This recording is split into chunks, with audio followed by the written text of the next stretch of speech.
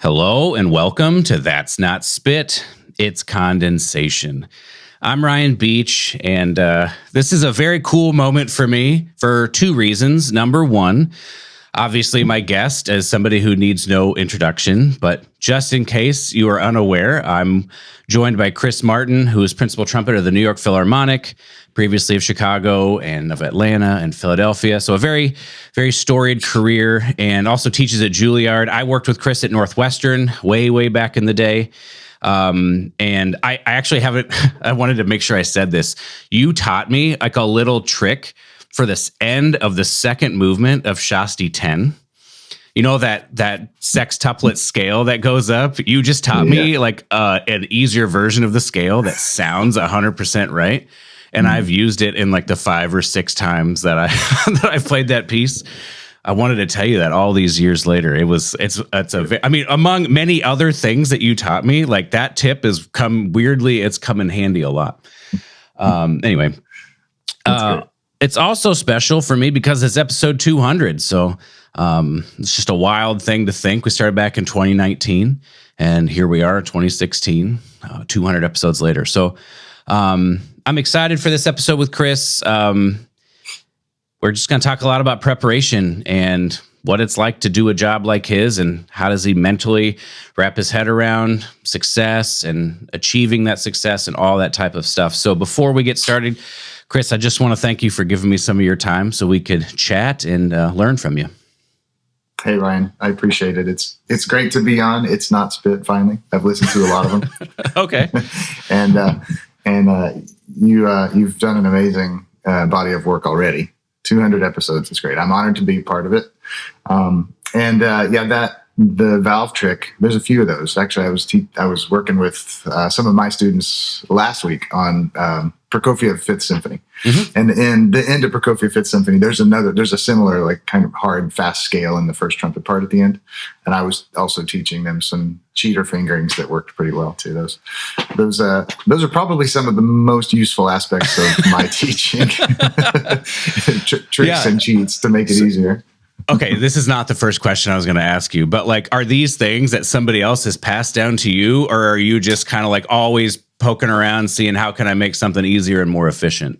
I mean, sometimes, right? I mean, almost everything is passed down. I mean, everything in my career is built on the great fortune I've had to meet and work with the wonderful players and artists who've come before. So that's one part of it. But yeah, I'm also always trying to tinker and figure out a better way. I'm one who, and this may enter into our conversation today.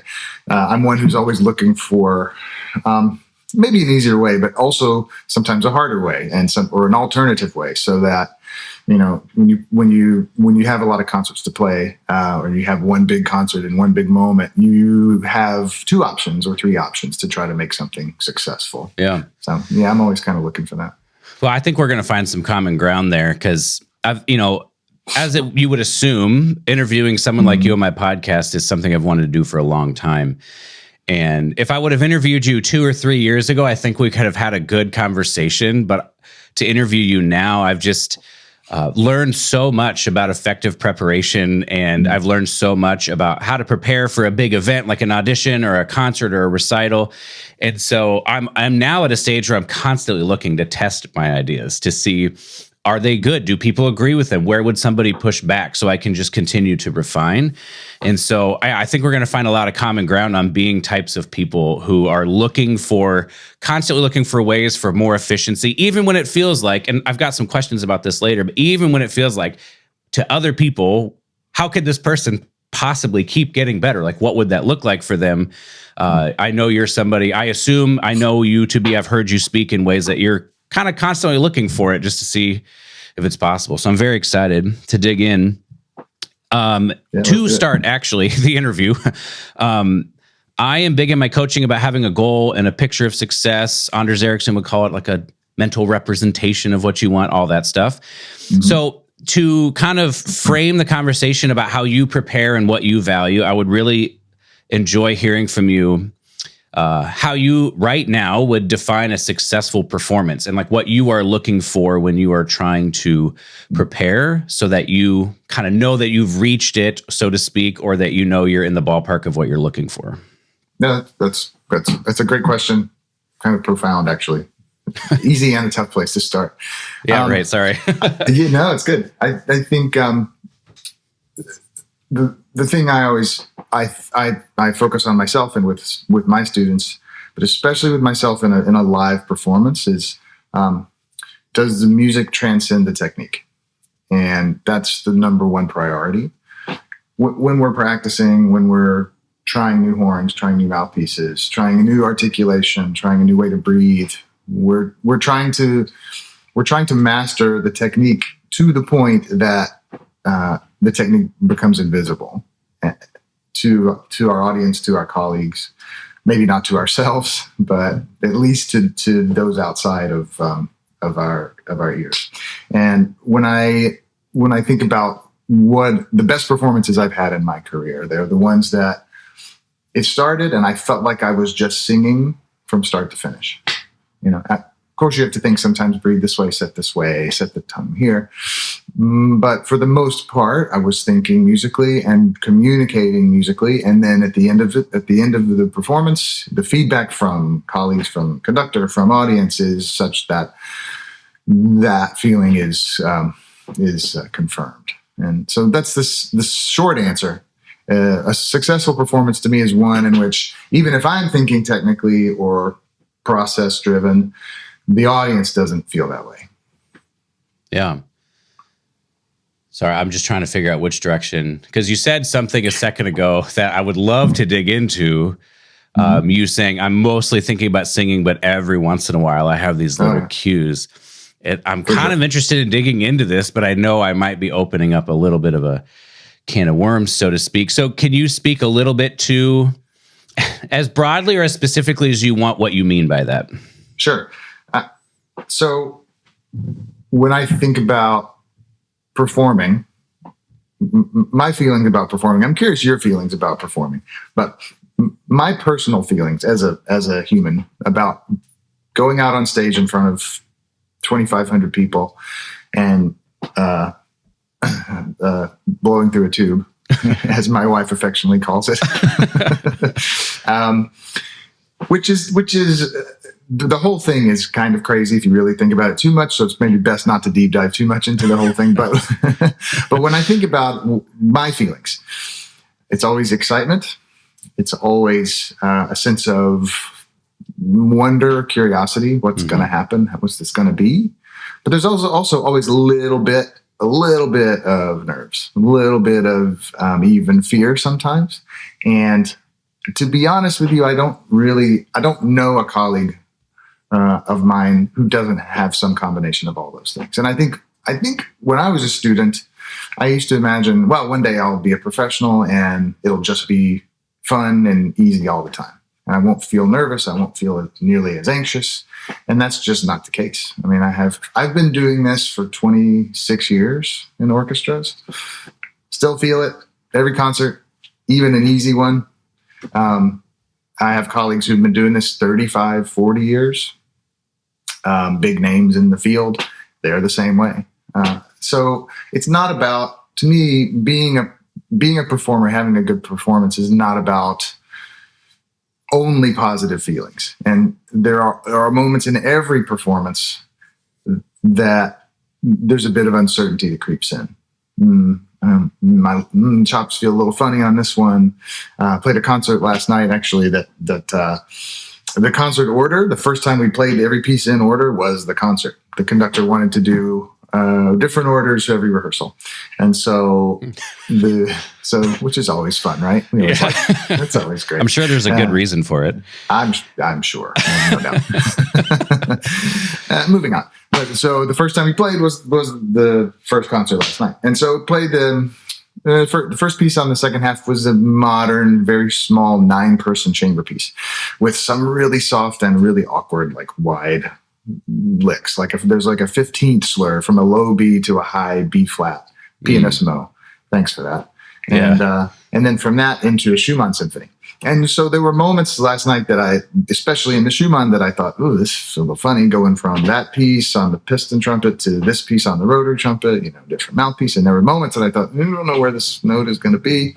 And so it's not that you never think of those things. It's not that you never have uncertainties. It's that I practiced hopefully in such a way that when the uncertainties come, I can fall back on the techniques I've tried to find in here to give myself a little more confidence to just go for things. And really at the end of the day, Ryan, the best performances that I've ever had are the ones that I just had the confidence or the stupidity to just go for it.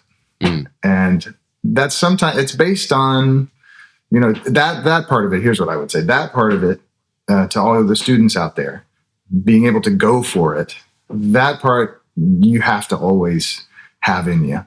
Even when you're a high schooler, a college age, conservatory students, young professional trying to make it, seasoned professional, you have to have a willingness to put yourself out there and really go for things. Especially on a brass instrument, especially on a high brass instrument, with a mouthpiece that small and a throat that small and partials this close together. We have to be brave. We have to be courageous, and sometimes we have to be a little bit dumb to really go for it out there. I don't mean dumb, like intellectually dumb, but I mean shutting it all off, kind of single-minded. Exactly, single-minded in our purpose. Yeah. This is going to be a very annoying question, but you hear "go for it" a lot. I'm curious if you want to say a little bit more about what you mean, what you're thinking of. What's the picture in your head when you think of going for it? Sure. I know it's a bit cliche, right? So nuts and bolts. So there's things I do in here to help me find a note. Like, so if you think in your mind, like, and this is to you, Ryan, but also to everybody listening. If you think in your mind, what's the number one hardest thing to do on a trumpet? Or what is the one thing on the trumpet that gives you the most trepidation, uncertainty? What is it? For me, it's first attacks. Picking the horn up cold after 15-minute tacit movement and playing first notes. So I do a lot of things like Schuberg attack practice every day. All dynamics, all ranges. I do a lot of lip bending. I do a lot of air attacks and lip attacks and attacks without the tongue. So I do a pretty big chunk of that every single day to constantly sort of, I was going to say whittle down that trepidation or that uncertainty, but it's more about keeping it contained. So like if we don't, it's kind of like mowing the grass. If you mow the grass every 7 days, no problem. If you leave your grass for a month, you got problems. It's going to take a long time to get it to deal with all of the mess.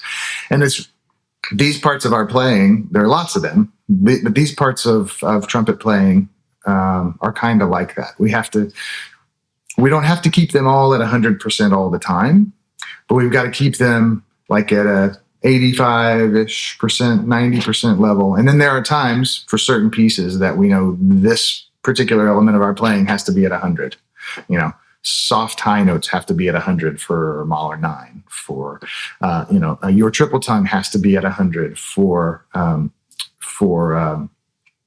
Ravel, for Alvarado, for Alvarado, absolutely. Yeah. And so the practice room is for that, is for having a sense of where all of these techniques are and keeping them in that range that is always usable and consistent. Then once I have that, if I have that feeling, then I've had a conversation with a former colleague of mine in the CSO about this. That if you feel in the practice room that you have done everything you can do, then it's much easier. Not easy, but easier to go out on stage and say, okay, I've done everything I can today. Here on March the 6th, I'm going to go on stage and do the best job I can being myself in this moment. And know that if whatever happens, tomorrow I try to do a little better. And I've found that attitude to be liberating in performance. Because when do we arrive on the trumpet? Never. Right? Never. Right. There's no such thing as perfection. It's one of the wonderful, beautiful things about it. Music generally, we never arrive. And so and I used to do this, I have to say, when I was younger, I used to think I need to be perfect. I need to never miss a note like like Herseth or like Phil Smith. And the reality is you're never going to be perfect. Those guys were incredible, phenomenal, still are in Phil's case, but they weren't perfect, and they would tell you themselves they weren't perfect. So it's not about perfection. It's about well, number one, and this is sort of more meta, but if you're being a musician is about being a human being and being an honest one. Because what is music? It's human communication, right? And sort of it's one of its most universal forms. And so if you're going to be the best musician you can, you got to, for me, I'll talk to myself, I've got to be honest that I'm just a human being and I'm not perfect. And as hard as I try to attain that, never going to be. And if we can sort of cease that pressure on ourselves to be perfect, to try to be perfect, to try to appear perfect to other people, that's the big one. And just be ourselves and own not only our foibles, but at the same time, the things that make our voice our own, special, unique, and we can talk about this a bit too. Like, how do you find your sound? Yeah, I would actually love to talk about that, because it's in the coaching that I'm doing. I'm more and more feeling like I'm trying to push my clients in the direction of, like, there are certain, quote, check boxes we have to hit. And maybe we can get in a little bit to audition preparation if we want to use this as a transitionary period through this lens. But I'm starting to see that one of my beliefs, I've been talking about it in terms of brand recently. Like, what is your brand? You know what I mean? What do you like? We have to have all of these, like, we have to have good, solid fundamentals, and we got to play the right style, and we got to make sure things sound easy or whatever. But above all of that, like, what is something that somebody might think of when they think of you, if that makes sense? And we get to choose that in some sense if we want. Sometimes it's just what people say about us and how we've developed. But I feel like there's some room surrounding how to understand even how to begin walking in this direction for someone who doesn't, like, how do you choose? Like, how do you know this is what I want versus this is what I want? And so I find this to be I would love your thoughts on this, actually. Yeah, I love that. I love this too. So it's, for me, I'll start with me and then we'll go to others. But briefly, my journey in finding sound started really with probably from the womb. I was born. My dad was a band director. He started a drum and bugle corps, and so from before the time that I could breathe on my own, I was hearing those sounds. And my first memories, my earliest memories, and the majority of them are of being on the road with drum and bugle corps. Spirit of Atlanta was the drum and bugle corps he started. And so from the first, I remember hearing the brilliance of those bugles, those old G bugles they used to play. In those days, it was like 1 valve and 2 valve G bugles, like hardcore, and sort of the power and the brilliance and the matching of that is the first real memory I have of music. And so that was sort of the foundational principle of my sound. And then I was really lucky to meet, through my father, a wonderful teacher in Atlanta, where I was from, a guy named Larry Black, who, I don't know if you ever crossed paths with Larry. I didn't know. I know of him, obviously, yeah. Wonderful guy, wonderful, excellent player. He, if many of our listeners probably don't know him at this point, but you may know his company, Leather Specialties. He was around for a long time, still going, making leather mouthpiece pouches, leather valve guards, leather trumpet cases. Anyway, industrious, really hardworking guy. And he taught me, not only, he gave me my first experience with tinkering and trying to find solutions and find new ways, but he really helped me grow my sound. Because I would go to his house very often for 3 and 4 hour lessons on Saturday, and we would spend at least half of that time just listening to recordings.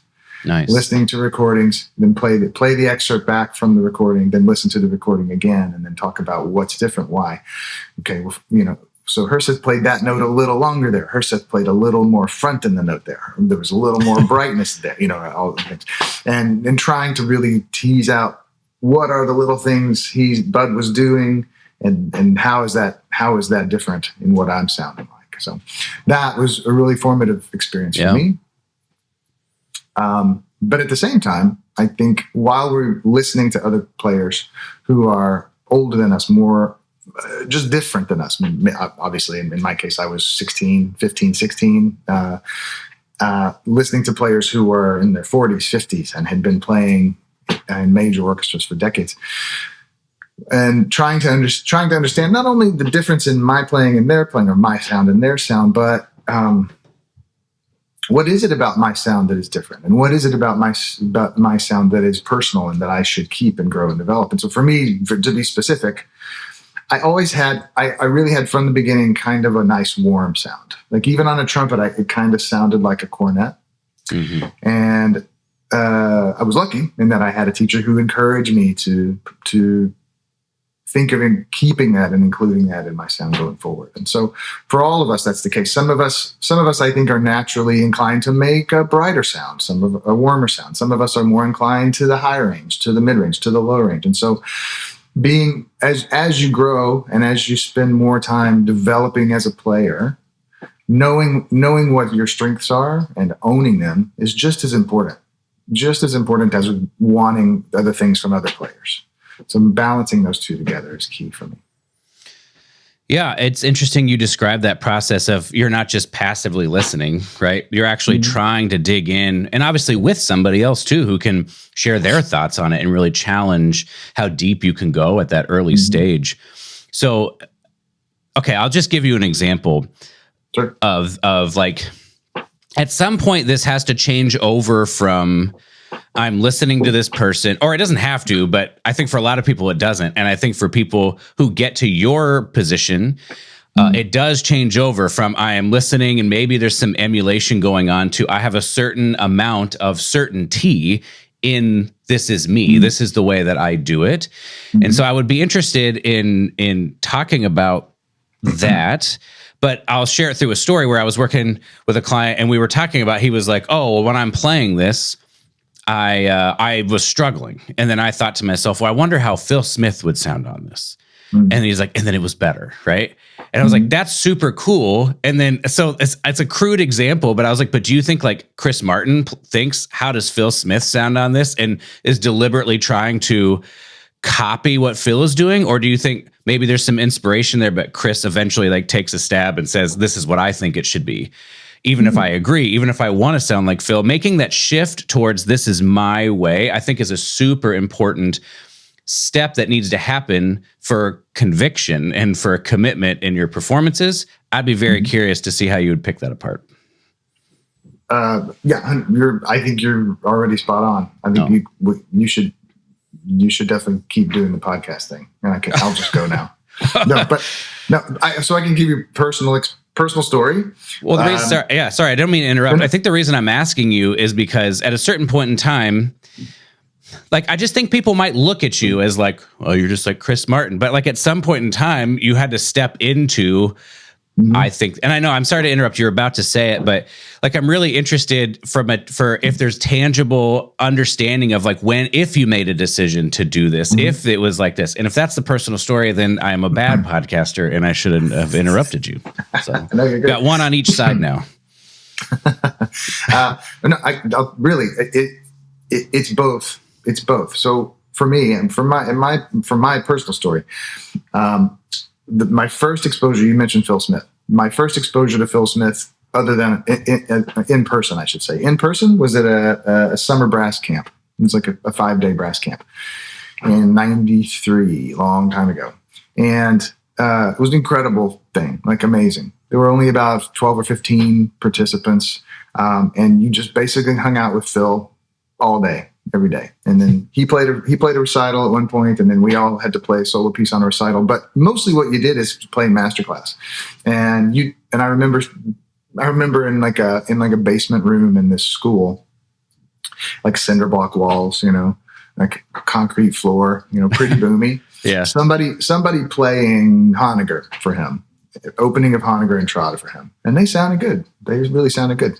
And then Phil said, Phil's sort of famous for this. He would say, well, try, let me just play it for you. And then he played it.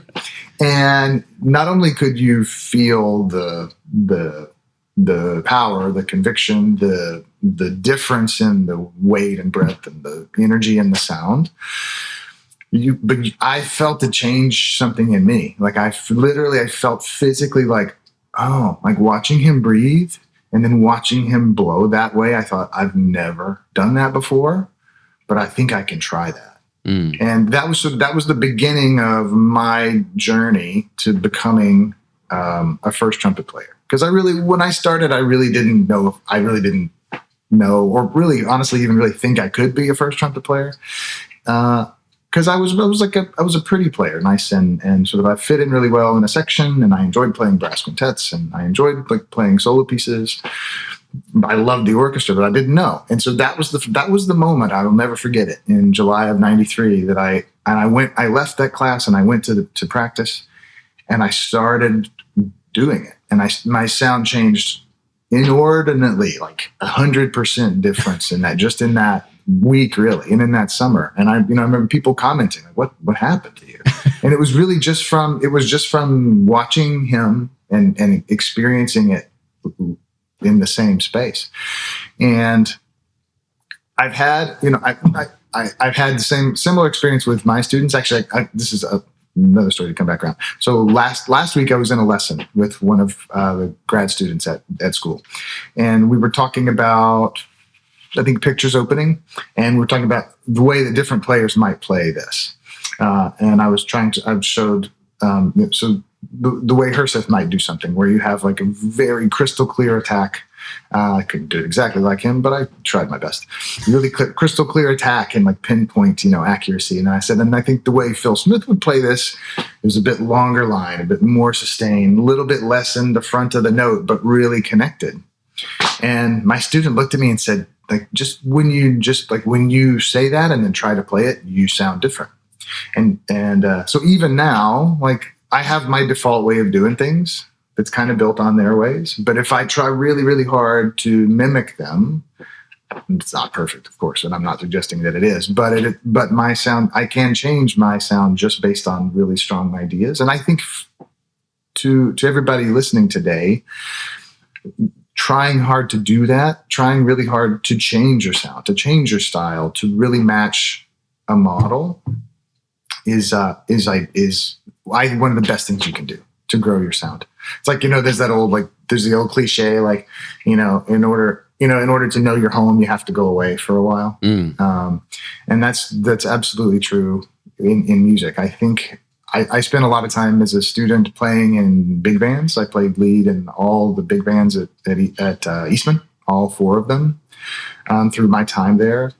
And I'm no Maynard Ferguson, believe me, but I was able to do it. I was able to find a way to do it. And, I was never going to be like the high note king, but I was able to do it. Charlie Geyer, my former teacher, our former teacher, he said that. He said, I heard you play in the big band last week, and like, you're definitely no Maynard Ferguson, but you got it done somehow. I was like, thanks. It's high praise. Yeah. Anyway, but that was another experience that helped me grow and helped me push out of my comfort zone and find a way to make a brighter sound, a more leading sound. And that was another thing that helped me kind of arrive at this place I am now. Yeah. Yeah. No, it's great. And I mean, this won't be a pushback. Maybe it's a follow-up, but at some point in time, how do we not get lost in trying to emulate other people? Yeah. That's a good question. How do you come to, like, when you decide, how do you come to, when I'm going to play pictures in the New York Philharmonic or in an audition, I have to have a way of doing it? Like, how do you have a way of defining what that is, that you've made your choice of what you want? Yeah, I think we have to experiment. We were talking about in the beginning of our conversation, we were talking about tinkering and trying to find new ways and new solutions. It's really no different here. And my way of playing, I sound like me because of certain physical attributes, the way I'm built here, just like you do, just like we all have our own physical attributes that contribute to the way we sound.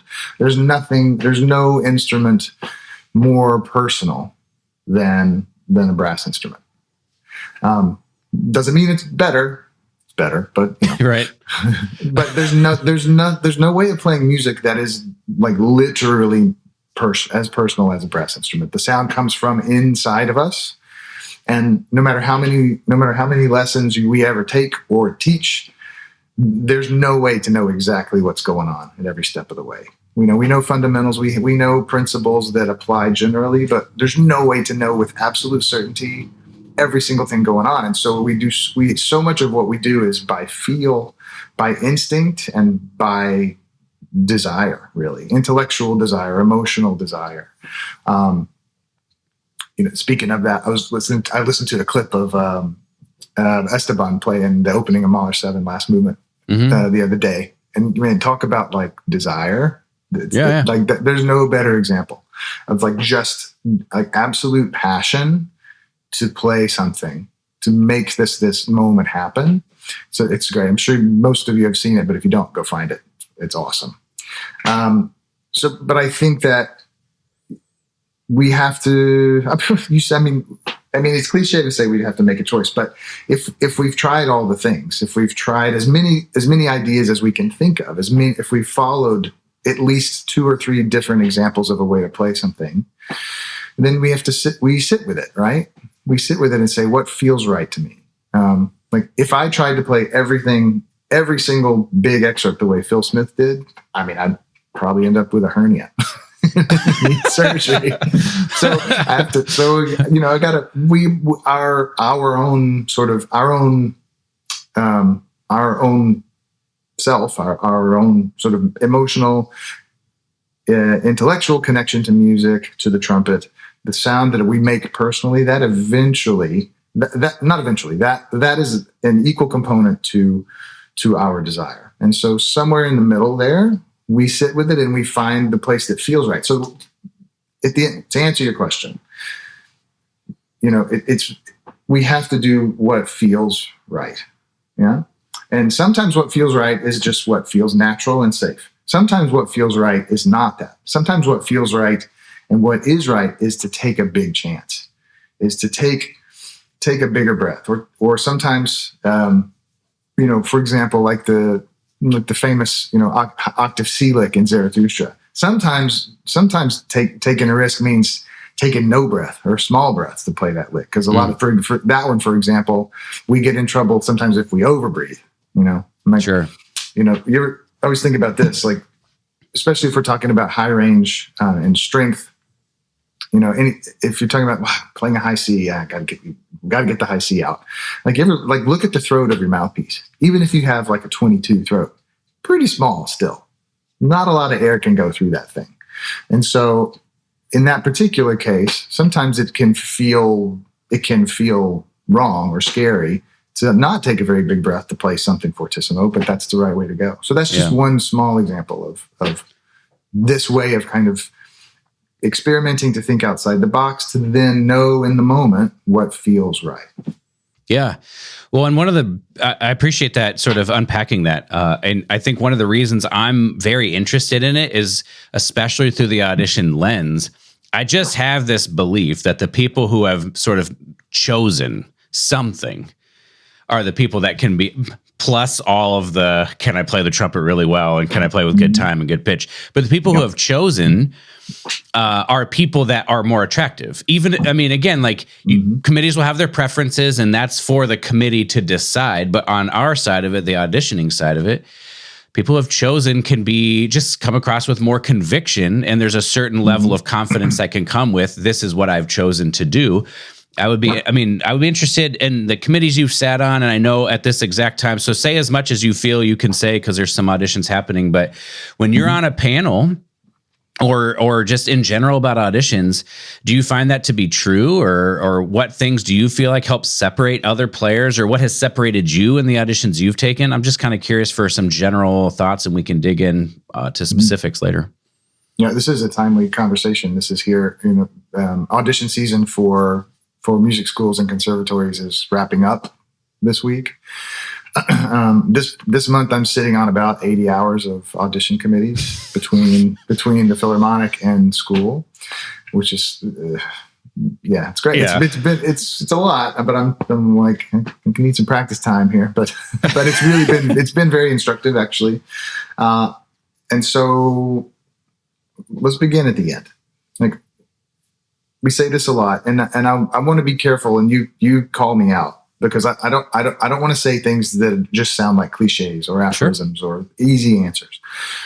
But the fact is that on every committee I've been on that's been successful, i.e. somebody got a job or got a position in the studio or whatever, they had a way of playing that was their own, that was truly their voice. And that is the more important than anything else, more important than pitch and rhythm and technique and dynamics. More important than all that is the voice. And I've heard this from colleague after colleague after colleague, committee after committee. The person that wins a gig, and let's be clear, it's really hard to win an audition. It's really hard. Any audition, anywhere at this point. The level is so high. But it's almost never the person that never missed a note. It's never, in fact, I can think of one audition, one round, one person's round of one audition where they didn't miss a note and they didn't get the job necessarily in the end, but they advanced. It's not that. It's not the missing the notes. You don't want to miss notes, sure, of course. But it's not that. It's the voice. It's the telling a story. Somebody telling a story. How do you tell a story with pictures at an exhibition? Like, everybody knows it, right? But it's all these things. Like, it's, going back to this idea of the work you do in here, and the questioning you do in the practice room, the questioning you do walking down the street, driving your car, the asking yourself in your playing, the asking yourself in your mind, what do I want to sound like? How much do I want to sound like? How much do I want to sound like Esteban? How much do I want to sound like Hooten? How much do I want to sound like me? The more you ask that question, the more I promise I've seen it in me and I've seen it in students. The more you ask that question, not only are you guaranteed to find an answer, you are guaranteed to be committed to the answer you find. Mm-hmm. And so that now, coming back to the auditions, I really believe that you can hear in someone's playing. Again, coming back to this idea, brass instruments, the trumpet, it's as honest as it gets. The trumpet. Who was it? Was it Dizzy Gillespie? I think it was Dizzy who said, "I know it." Yeah, that quote. I know what you're talking about. Yeah. You practice the trumpet and you win, and then the next day it wins, and then you die and the trumpet wins. The trumpet always wins. That's right. That's right. But we still get up every day and we keep trying. Right. Yeah. And so I have to say too, that there is a for me, like, I'm a pretty chill, mellow person, but there is an element to that adversarial mindset that I do find sometimes helpful. Some of the best performances I've given have been when I was in, to be honest, a pretty adversarial mindset. There's nothing wrong with that. Like, music is there to communicate all things, all aspects of human existence, of states of being, states of mind, states of feeling. So there's nothing wrong with that. And I think that's something useful to explore for us. I encourage my students, I encourage myself to think about that. Like, how do you play when you're mad? Really? How do you play when you're mad? Do you play better? If so, that's okay to admit that. Yeah. And maybe it's okay to use that. So, a couple things, like, call me on the cliche alarm, but finding yourself, knowing yourself. Like, when I was in my 20s, I was constantly questioning, am I strong enough to do this? Am I strong enough in the chops? Am I strong enough in my head to do this? And now I'm 50. I've got 3 kids, and I know who I am to the highest degree that I have in my life.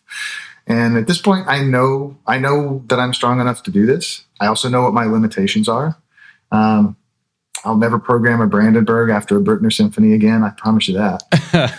That was a bad idea. This was a long time ago. I know my limitations, but I also know my strengths, and I know with whatever time I have left playing the trumpet, I know what I want to do with it. Yeah.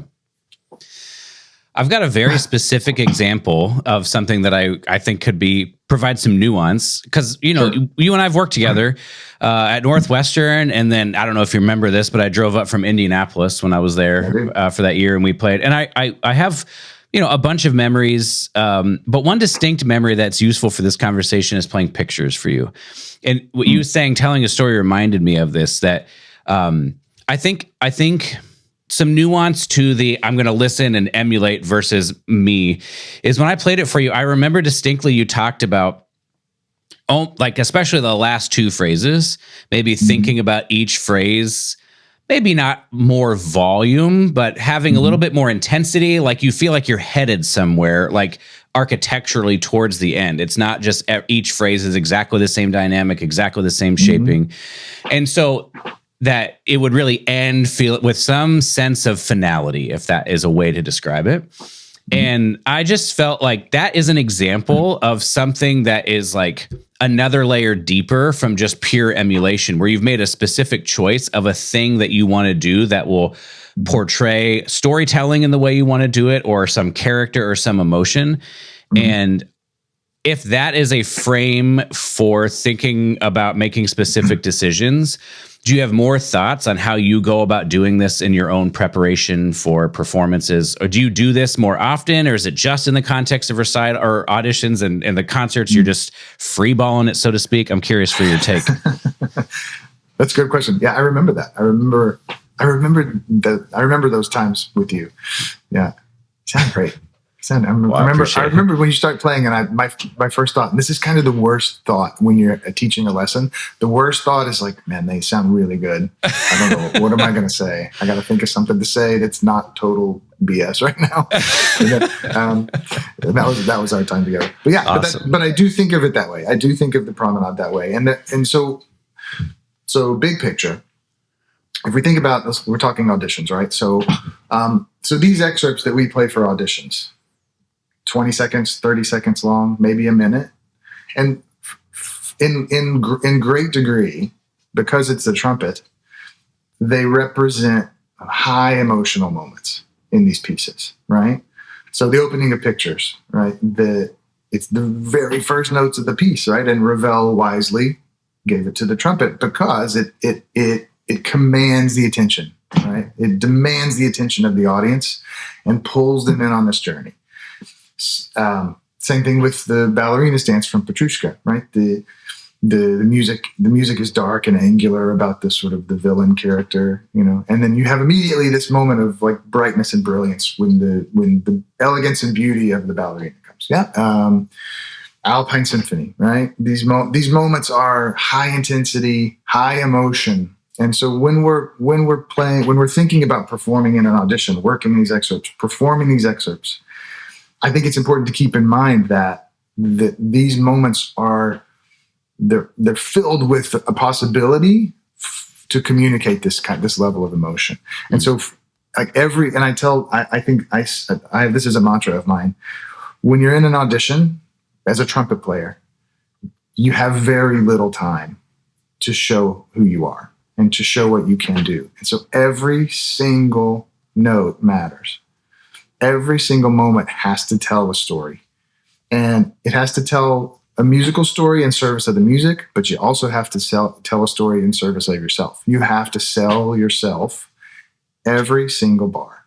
And that doesn't mean you have to be perfect every single bar, but every single bar has to have purpose and meaning and direction, as well as good time and good pitch and good all the things, fundamentals. So it's really important. Now, sometimes that means you show a lot, right? Sometimes that means, like in the case of pictures, as you and I were talking years ago, how's pictures marked? Forte, right? Mm-hmm. Yeah. There's a bunch of words at the top that basically tell you to play, squarely at allegro tempo, with a kind of a serious tone in a Russian style, all the things, right? I remember Charlie used to say it was like in a Russian style, not too fast and not too slow. Something like that. That's right. Now, having sat on sat through a bunch of trumpet auditions this month, I will tell you that there is still a wide range of promenades out there in terms of tempo and style, and that's fine. That's okay. And I from people who have advanced through rounds, there are people who played it differently, and that's fine. That's okay. Like I want to say this really clearly. For me and for colleagues I know, I'm not looking for somebody to play exactly the way I'm imagining it in my head. I'm really not. I'm looking to hear someone play who sounds excellent, sounds natural, sounds like they own the music, and they're playing it their way. And sometimes that means I don't like it, or I disagree with it. But if they play it and they own it, I'm like, cool, I got it. You do you. And if you get the gig, we can argue about it later. You know? Yeah. I mean, that's the direction I feel like I've been going in, even in my own audition preparation. I mean, we don't have to get into the specifics, but I won Alabama and then had a long string. Is 8 auditions over 11 years of not advancing in any audition, even though I felt like I was playing better than I've ever played. I remember talking to you about this. Yeah. And then what broke that string was I auditioned for principal in Atlanta last year and ended up getting a trial. And I can say, and this is kind of a little bit of a segue. It's a segue into the actual audition preparation, because what I believe did that more than anything was developing a system that caused me to actually improve through the process of preparation. I didn't just stay at the level and at what I was at and just keep like I was like actually like fixing things. But the other thing I did is I actually just made a decision about what I wanted versus trying to play the way Barbara told me to play, and then also considering people like you and considering people like Stuart Stevenson and James Vaughn and Elmer and some of these people who had a lot of audition success, right? People who were advancing in auditions. What did they have that I don't have? Or is there something in their playing that I could, like you were saying, that I could try? Well, and I love the way you're talking about this, because you're saying like you just got to sit with it and think about it. I've been talking about it as like just to consider what would it look like for me to have a little bit more of what they had. Is that something I feel like once I started going in the direction of like not necessarily changing who I am, but adding to who I am, like adding a more robust understanding, or at minimum, who do I have to be in an audition to be successful versus like, is that different from a concert? And so, sorry, I'm ranting or rambling a little bit, but to me, this is such an important part of audition success, is like having made a decision about what you think is the right way and then preparing in a way where you can demonstrate that consistently.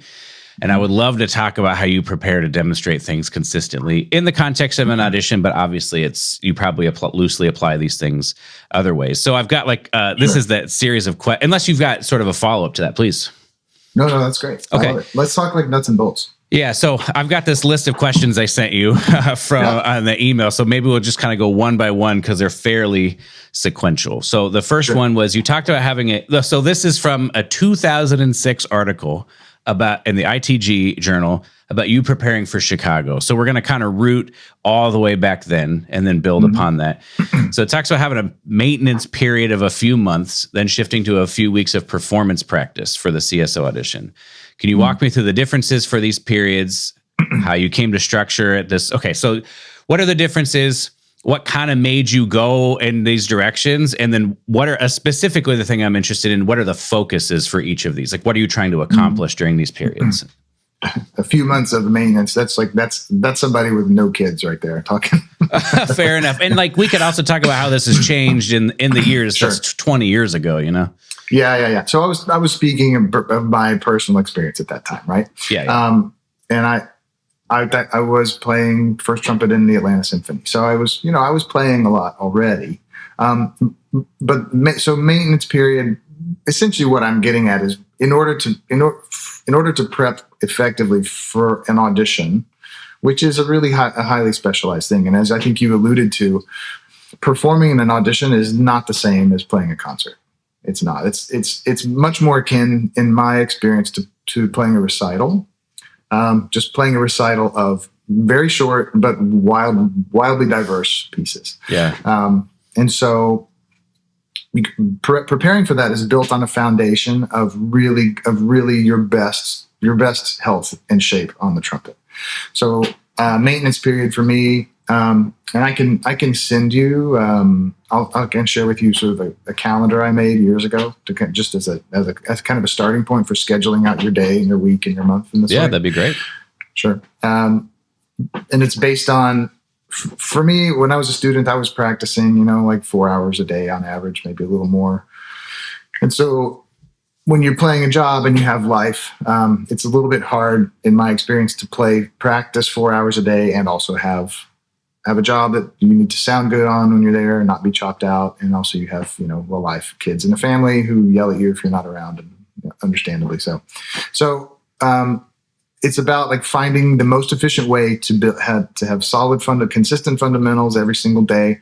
So roughly for me, a good maintenance period for me looks like 45 minutes to an hour in the morning. Get your air going, your buzz going. You get your bends, your stamps, your Chickowitz, your Schlossberg, your Arbin, all your good fundamentals going on. Your Schubergs, of course, right? We talked about that. And then you've got another hour in the day where you're playing a good like diet, 3, 4, 5 different styles of etudes, solo repertoire that you're wanting to learn that may be coming up, and of course also hitting some excerpts, right? So that's like a maintenance period. Like, just for me, my trumpet regimen was always built on an hour of fundamentals minimum, an hour of etudes, and then some other, whatever chunk of time you need to work repertoire. So that's really what it is. And so you can change it as you need to, right? You can do a couple hours of fundamentals if you need to isolate certain specifics. So that's the maintenance. And then on top of that, once you have that really steady, then you talk about moving into audition preparation, where you maintain your fundamentals, you maintain an etude session, maybe not quite as long, and then you have another big chunk of time where you're shedding etudes, learning them, understanding, listening, mimicking recordings you love, finding your way, the thing we've been talking about for the first part of our time here. And once you have them, I think of it like a 3-tier system. You have kind of A, B, and C levels on excerpts. So your A excerpts are ready to go today. If somebody called you and said, there's an opening in the final round tonight, can you show up and play? You're ready to go on level A. Level B is like you've got them, but they need a little more consistency and a little more understanding. And then level C is you don't know them yet, you can't play them yet, you have to shed and listen and figure it out. And so audition prep time is like a month-ish, usually, I would say, for me, for most people that I've worked with, getting everything up to an A level. Then from there, and this is for me has been the most important key for me, is the performance practice part. And that can be a week, it can be 10 days, it could be 2 weeks, it could be 3 days, depends on your situation and what you need and what your life will allow. And that to me that's the key. Because what's one of the hardest things in an audition is the loss of control. Because when we're practicing, we choose when to play something.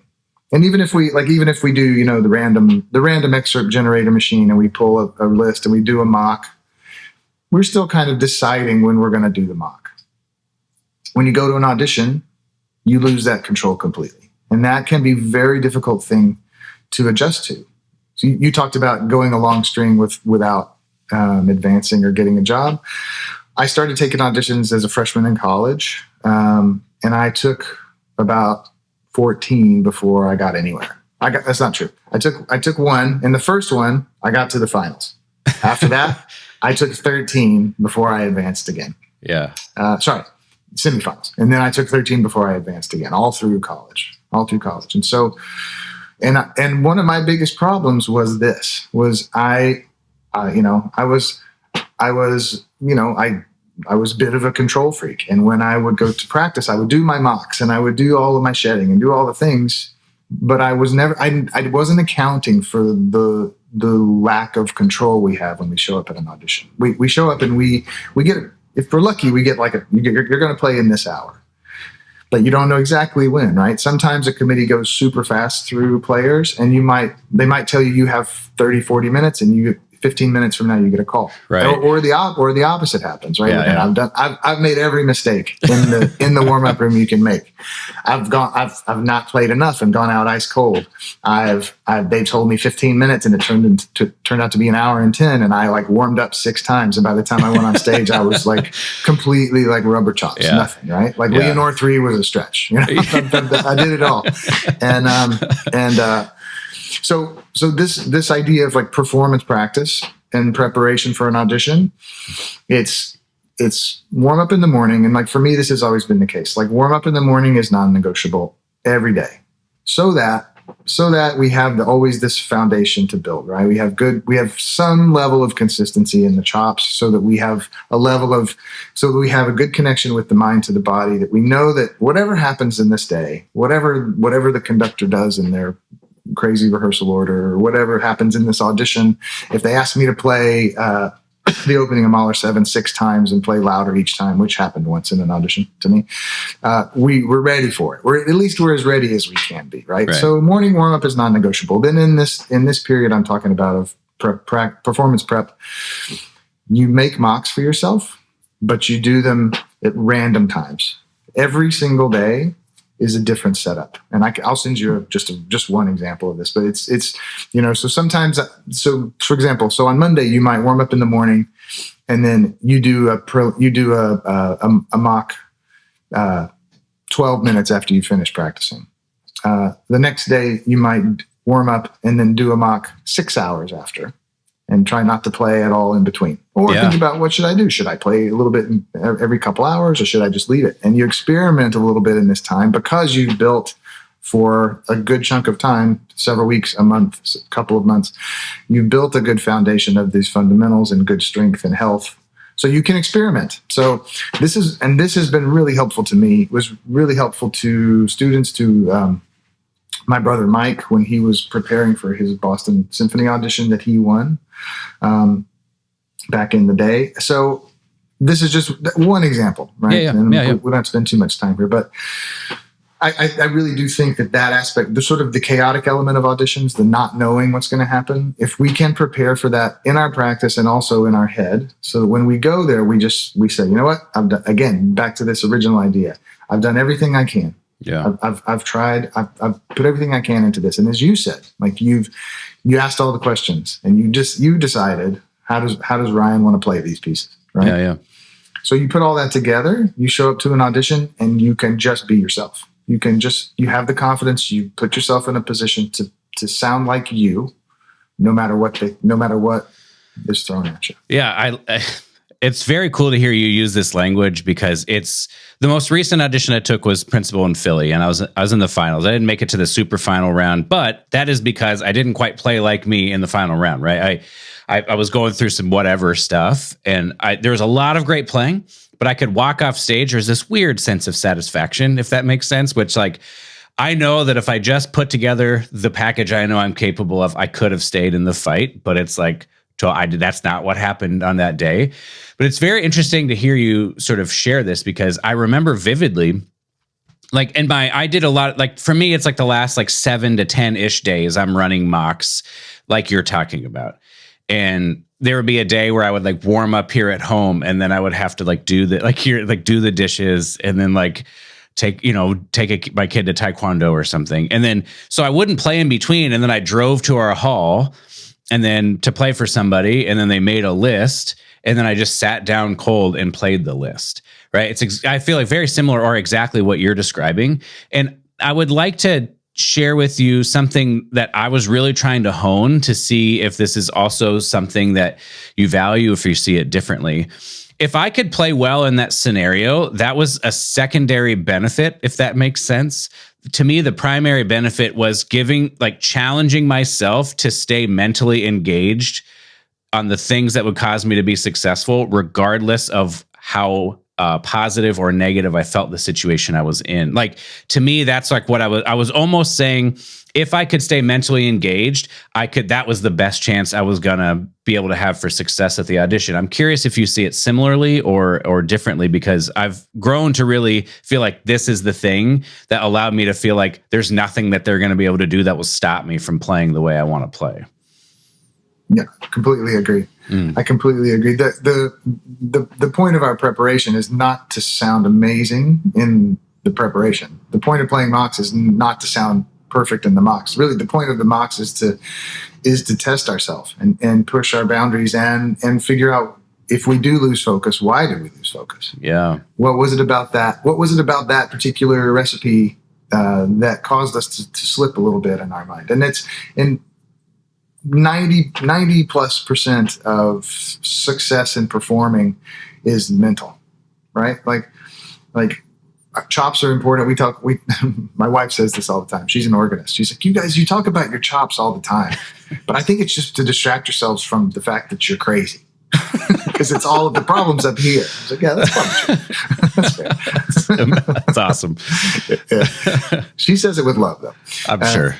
Yeah. So, no, you're absolutely right. Like the hardest thing to do is to stay focused on what matters. And what matters, go back to our inner game of tennis vibe here. Like what matters the most, it is not winning the job. If you can come to a place where you don't care if you win the job, you don't care. And this is the harder part, actually, I think, is you don't care if you don't advance out of prelims. What you care about and what you focus on and what you live for is to be in the moment, to play like you the entire time. Yeah. And the first time I actually did this, really did it, was the first audition I won was Philly. It was in Philly. And from start to finish, I stayed completely in the moment. And I will tell you that one of the biggest reasons why is that I knew I had no chance to win the job. I knew I had no chance whatsoever. I knew the Philly Orchestra through recordings. I'd never heard them live. I'd never met Dave Bilger. I didn't go to Curtis, and I knew, and I was also like, I was 22. I was like, there's no chance for me to win this job. So I'm just going to go, I'm going to work. I was in full on work mode, right?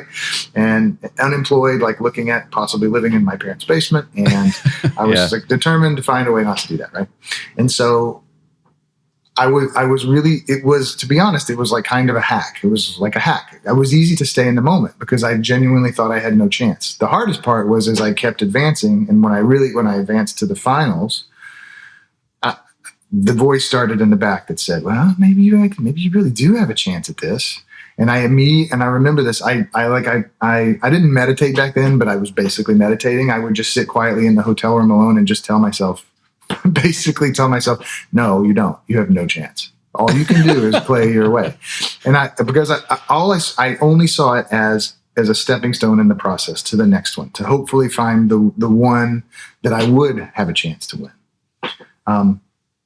And I can still remember I played the final, and pretty hard final, and played a super final with me and one other player who was excellent. And I thought, well, this is good. At that point, when I got to the last final round with just the two of us, then I did allow myself to say, well, you know what, this is pretty cool. Yeah. So no matter what happens here, I remember saying to myself, no matter what happens here, this is pretty cool. I must be doing something right. And I played the last round, and I remember they threw up a little sight reading, which was Bruckner 6, the last page of Bruckner 6.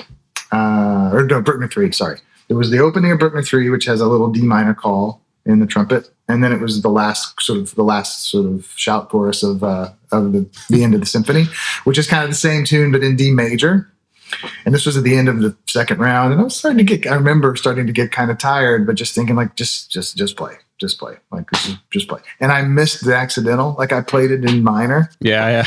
And Wolfgang Savalas, the music director, I remember he threw his arms up. He's like the most classy, like 3-piece suit all the time, like perfect hair, very put together.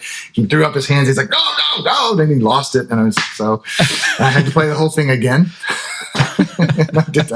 But in my recollection, this was 97. This was a while ago. But in my recollection, I did not play it perfectly, but I did play the F sharp instead of the F natural. So. You got that right the second time. I got that right. Yeah. But even then, I thought, well, okay, that was dumb. But okay, fine, it's over. But I was able through again, like through just single-mindedness to stay focused on just my playing. And I've taken auditions since then that were the opposite of that. In fact, the last audition I took for the Philharmonic was the first time that I've ever been directly in competition with former students. And that was a different kind of mental exercise for me, because I thought, okay, so this could be the first audition I lose to one of my former students. Yeah, that'd be interesting. That's a thing. Yeah. And I had to sort of make peace with that, And I was like, okay, if that happens, that's cool. Good for them. It would hurt for sure. Let's be honest here. It would hurt. It would sting. But at the same time, you get to a place like that, good for them. But then I said the same thing to myself. I said, okay, that's all for later. For now, all you can do is play. Yeah. So it's actually such a cool perspective, because I have this belief that the outcome you desire is possible is kind of a prerequisite, right? If you don't necessarily believe that, let's say you could win Philly, to me, it's harder to do the type of work and to commit yourself to doing the kind of things you'll need to do to be able to have the outcome. You may not understand how, you may not feel like you're guaranteed to win it, but to approach it like it's possible. So do you feel like think you thought there's no chance, you still must have worked in some sort of way where you believed success could have been possible? Because at least the way I think, and you can please tell me I'm wrong if you disagree, but it almost feels like there's a certain amount of you that must have believed it was possible for you to do all of the work, or else you may not have even gone in the first place. Do you think there's any truth to that? No, there's definitely truth in that. Okay. I believed that it was possible. I believed I believed that I was a good enough trumpet player to do that job. I did. I'm a very humble person. I really am. But in my playing, even back then, I was 22, right? So, sure. 22 is very different from 50. But as a 22-year-old young person, I believed I could do that job. Mm-hmm. I had just enough hubris to believe that I could play in the Philly Orchestra. but I also, at the same time, I said, and you're so right to point this out, because that's just the most important component, is to believe you can do it and know that you have the ability and the capability to do it. And that is true. That is true as a musician every single day. We have to believe that we can do this. It's kind of, anyway, we'll come back to that. But I believed that I could. I believed I was capable. I believed that it was a possible outcome, but I reinforced in myself that it probably wasn't going to happen. Yeah, that makes sense. Yeah. Because I had other experiences in auditions where I thought, I'm top player in my school. I'm sounding pretty good these days, and I'd walk into an audition and think I should play really well today. And but in my mind, I wasn't focused on the music. I wasn't focused on what did I want to sound like. I just thought I was focused on the ending. I was focused on it's probably going to be a positive outcome today. That was not for me the way to go. Yeah. So interesting. I don't know how deep we want to get into this, because I know that you're a busy man. Should I lay down on the couch? I really want to try to see if I can understand how you practice, and I understand how deep this can go. Yeah. But I feel like I have to imagine one of the other main things that separates somebody like you from a lot of people who believe it's possible and they really want it is that you understand how to practice in a way that will produce the outcomes that you want.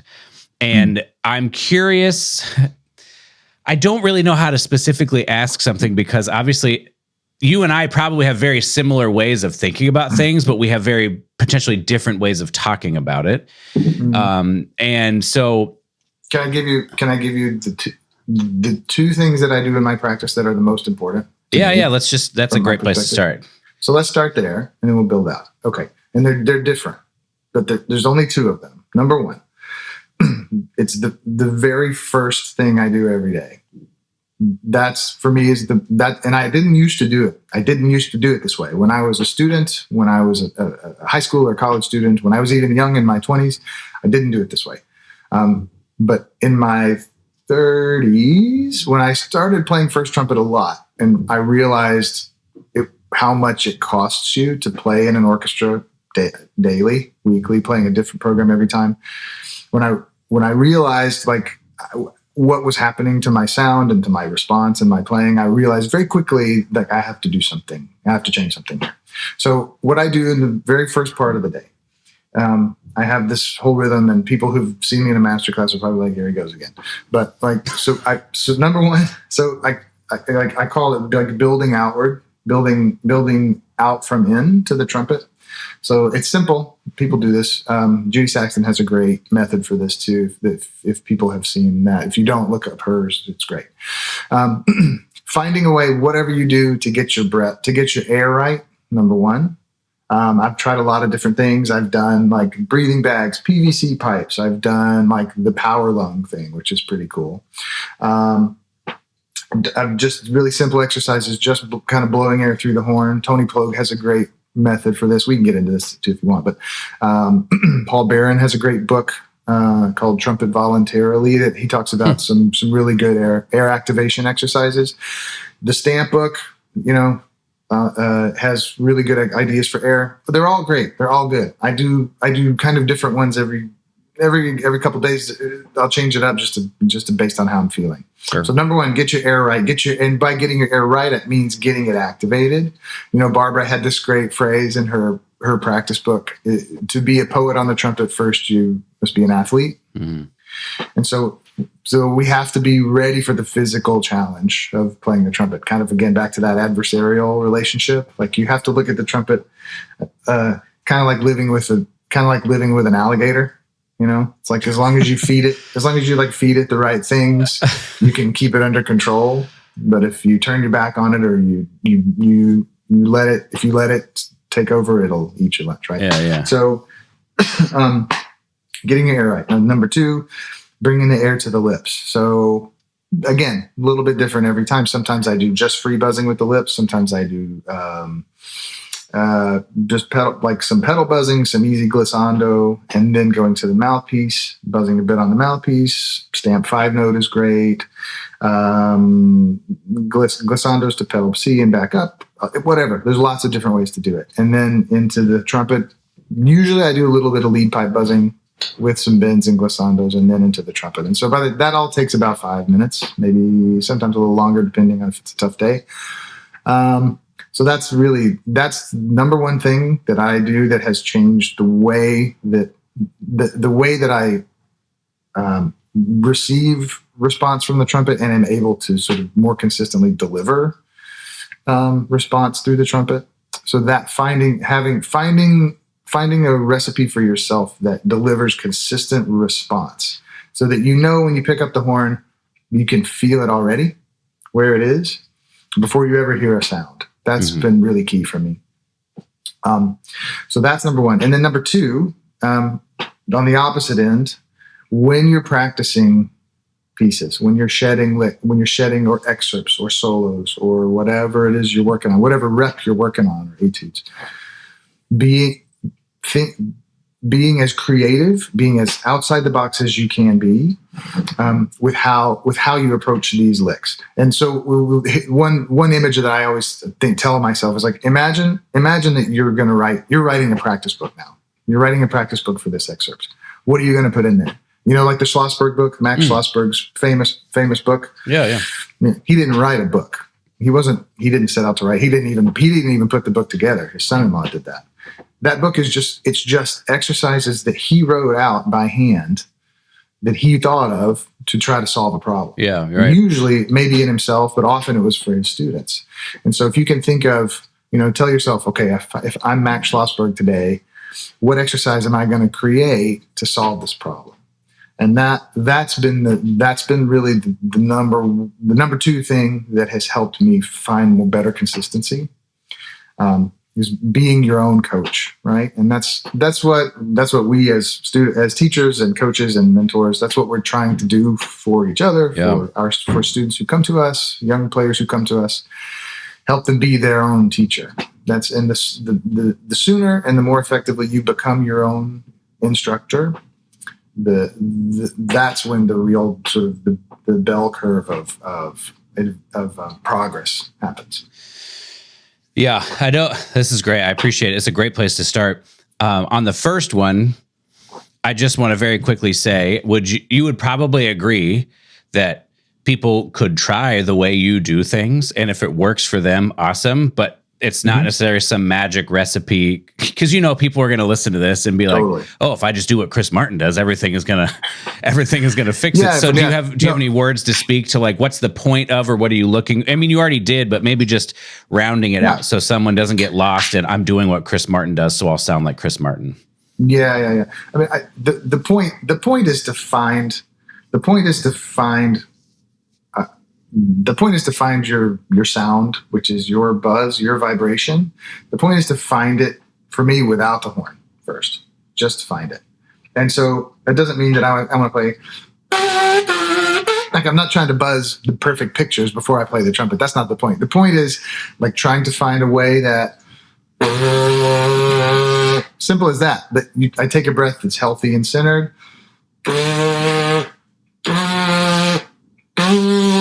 And the air comes to the lips without the tongue, and it vibrates.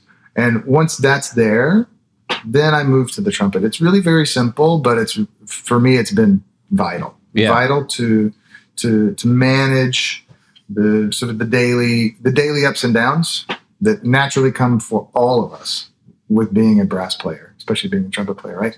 So that's the foundation. And if you can, don't take it from me. Like, read the first part of Stamp. Read the first part of Thibaut. Read Gecker's essays on trumpet playing. Like, so I talk about this a lot. We talk about this a lot at school. Like, we get books and we go straight to the exercises and we try to find, like, where's the exercise? Where's the one that's going to show me how to play, right? But if you can actually start early, if you can read them first, there's fantastic information in there. Like, reading Pierre Thibaut's writing is like bananas. The first time you read it, there's like crazy detail and creativity in the way he talks about playing the trumpet. Yeah. Not even really musical ideas, just like tone production ideas and ways to play a line differently. So that's kind of what I mean. I think, yes, try my way. And my students have. Some of them think, this feels great. Some of them say, like, I don't get it, and it doesn't work for me. Yeah. And that's fine. Yeah. Totally fine. But it's a step on the journey. Almost certainly it's not the end of your journey, but it's a step on the way.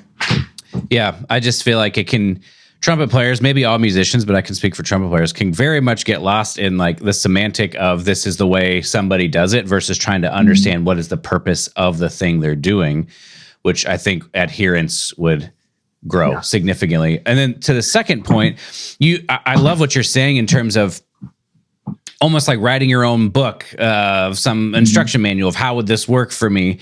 That's kind of a very day-to-day thing. I am so curious what the idea of structure looks like for you, where you would be pursuing a goal over the course of time. Do you have ways of how you think about structuring your practice? So it's because what sometimes happens to people is they're thinking very day to day. I have to, like, take this from 0 to 100% every single day.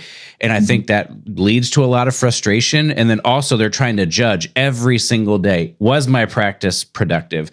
Did I accomplish, like, the full gamut of what I was trying to do? And I'm curious if you have a way of potentially, especially at the level you're playing at, stretching out, like, I'm working on this thing for, even like you've talked a lot about the Clark 1 minute drill, right? Or the Gecker 1 minute drill, however you want to think of it.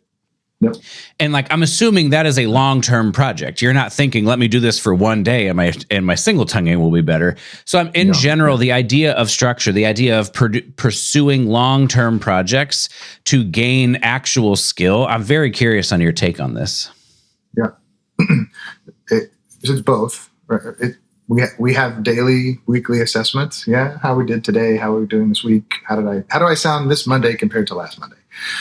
But that's a great point. The most important thing in terms of staying motivated and staying driven is having big, large goals. Like, and by big, large goals, sometimes that means like I want to play the Brandenburg. Sometimes that means I want a more beautiful, soft lyrical sound, or I want more security up high, or, whatever it is. I want a better low F in Carmen. That's probably a less popular goal than the high note one. Right.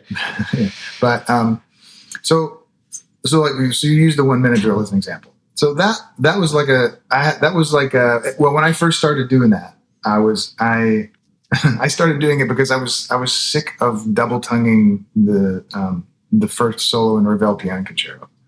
I was just annoyed with myself that I had to double tongue it all the time, and because I hear people double tongue it beautifully, but for me, like 8 times out of 10, there'd be like a little burr, not quite right that I was never quite happy with.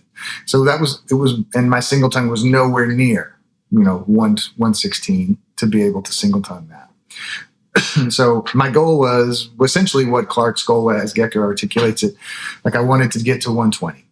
If I could get to 16th notes at 120 for a minute, that should solve pretty much most of your like big excerpt articulation issues. But that goal took me from like my single tongue was like 100, 98, 100 to get from 100 to 120 took like almost a year. Probably 9. I think 9 months. It took 9 months or so. But the improvement came immediately. It just came very incrementally for me. So that's one example, right? Over COVID in 2020, I had a goal to improve my flexibility. So I decided one of the things I was going to really focus on was to improve flexibility in lip slurs. I'd always wanted to be able to play irons number 9 at like an impressively fast tempo. Yeah. For me, sure. Nobody else cares about this, but I wanted to be able to play at like 144, something really like fast and cool. So I used that as a goal, as sort of my big goal, like my mountaintop goal, as a way to just encourage myself to practice to have better flexibility and facility generally. So those kinds of goals I find really helpful, really important to think of something concrete, something very clear, or like, if you want to work on your high range security, then you pick something like I want to be able to play the end of Jolivet Concertino, beautifully and effortlessly the way I hear it in my head, the way Wynton played it on his record. Or I want to be able to play the high D in Alpine Symphony, the Alpine Symphony Glacier solo. I want to be able to play it, the way I heard this person do it, and having that goal as a way to inform and encourage you to work towards something that's not going to take, it's going to take much longer than a day or a week or a month, probably. Yeah. That's really, really key. Yeah. I've got a lightning round of questions just to give you a way of where we're going, but I've got just a couple more questions.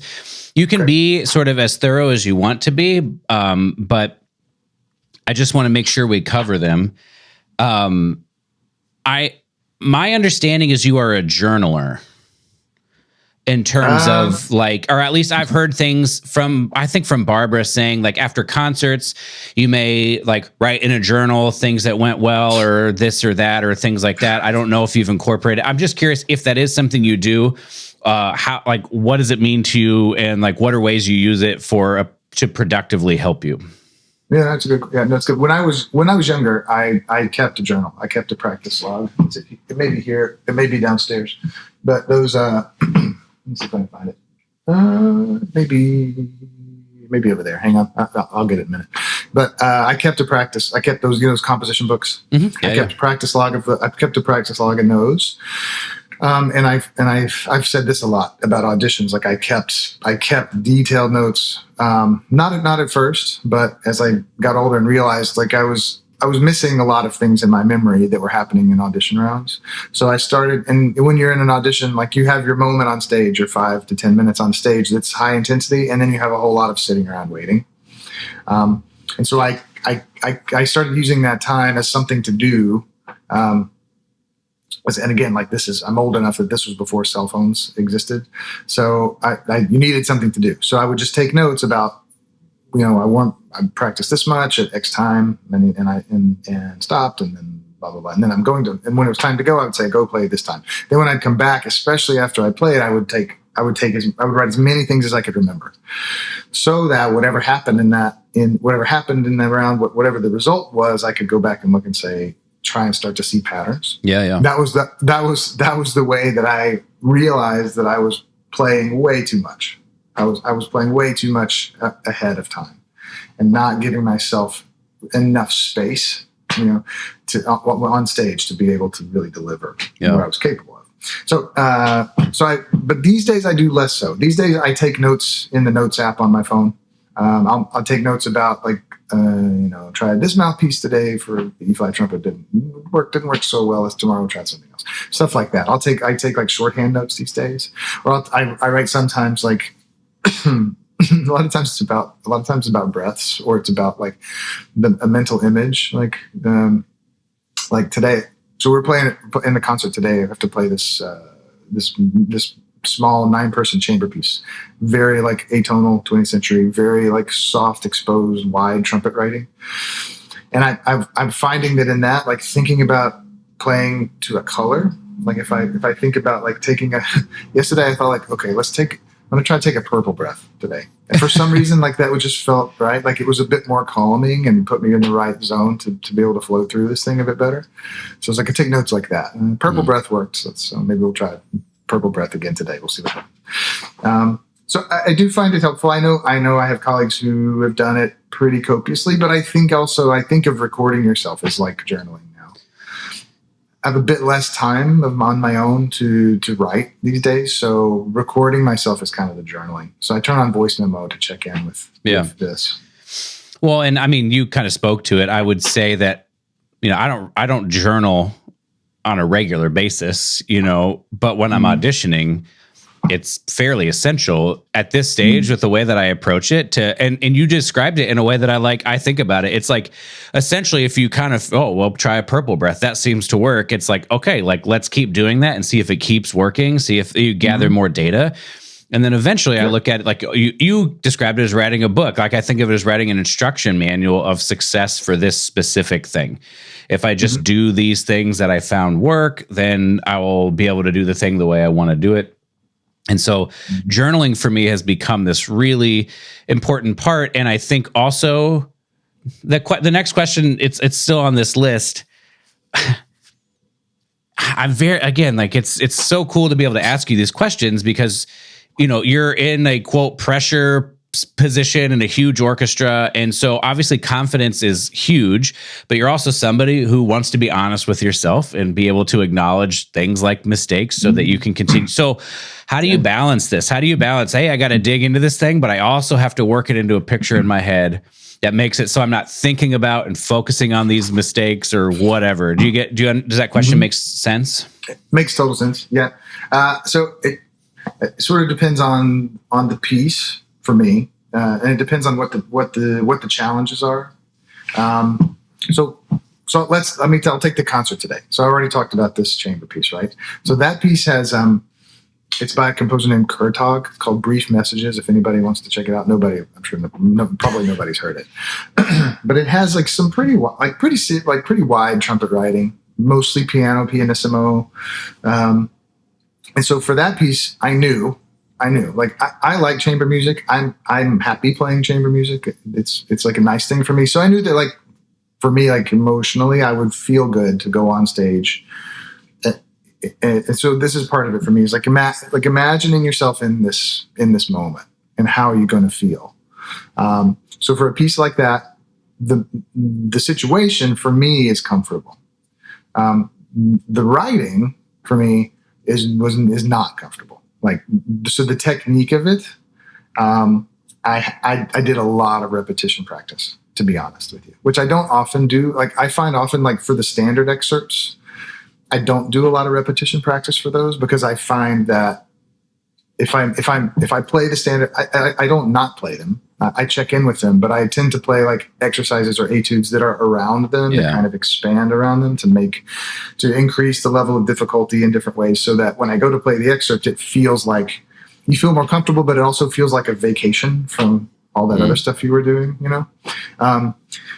Like if you play Alpine Symphony to a high E flat, 25 times. Then when you go to play it to a D, you're like, oh, this feels nice. Yeah. You know what I mean? Right. Maybe not. It doesn't feel nice. No, sure. Point taken, but Right. So, but with this particular piece that I'm playing today, I knew I needed reps because it's not the kind of writing that I'm particularly comfortable playing. It was a totally foreign piece of music. I didn't know it all. So I did a lot of shedding and repetition with that. And a lot of real basic fundamental, like center to center, slot to slot, like bend this note and go up, like stamp sort of fermata exercise. Get to the top note, hold it to make sure you're centered, that you're not tense tight, and then blow through. So I did a lot of stuff, like real basic stuff like that. The last piece on the program is the Schumann Symphony that I've played a bunch of times. Some touchy softs, a typical Schumann, some touchy softs, a couple of exposed things. With that, I just want to make sure that I'm playing in a really free way, but I don't want to play a lot of repetition there. Because if I play a lot of repetition on standards, I start to build a scorecard in my mind. Because I'll think, okay, 8 times I played it well, but twice I had a kind of a chip and a burr. And then when I go to perform it, that scorecard pops up in my mind. For sure. Interesting. Like, I don't want to feel like I'm 80% on a standard excerpt. So instead I play things like I play some Blažević and I play some Bordoni and I play some Schuberg and I do some little bendy things that I like to do that just sort of, again, like stretch around it without really focusing on it. So that's like 2 different examples of ways that I prepare. If it's okay, this is awesome. No, please. If I dig just a little bit more. Yeah. And maybe there doesn't need to be too much finer of a point. I just feel like taking control of the mental space. You kind of already spoke to it. Just this idea, like you spoke to it with a scorecard. It's like I would imagine you're working in your practice sessions in a way that works through the problem, but is also not creating potential as few negative associations with things as possible. Hopefully. Maybe is the way. Yeah. Yeah, hopefully that's the hope. I've screwed it up too. I've done that of before, course.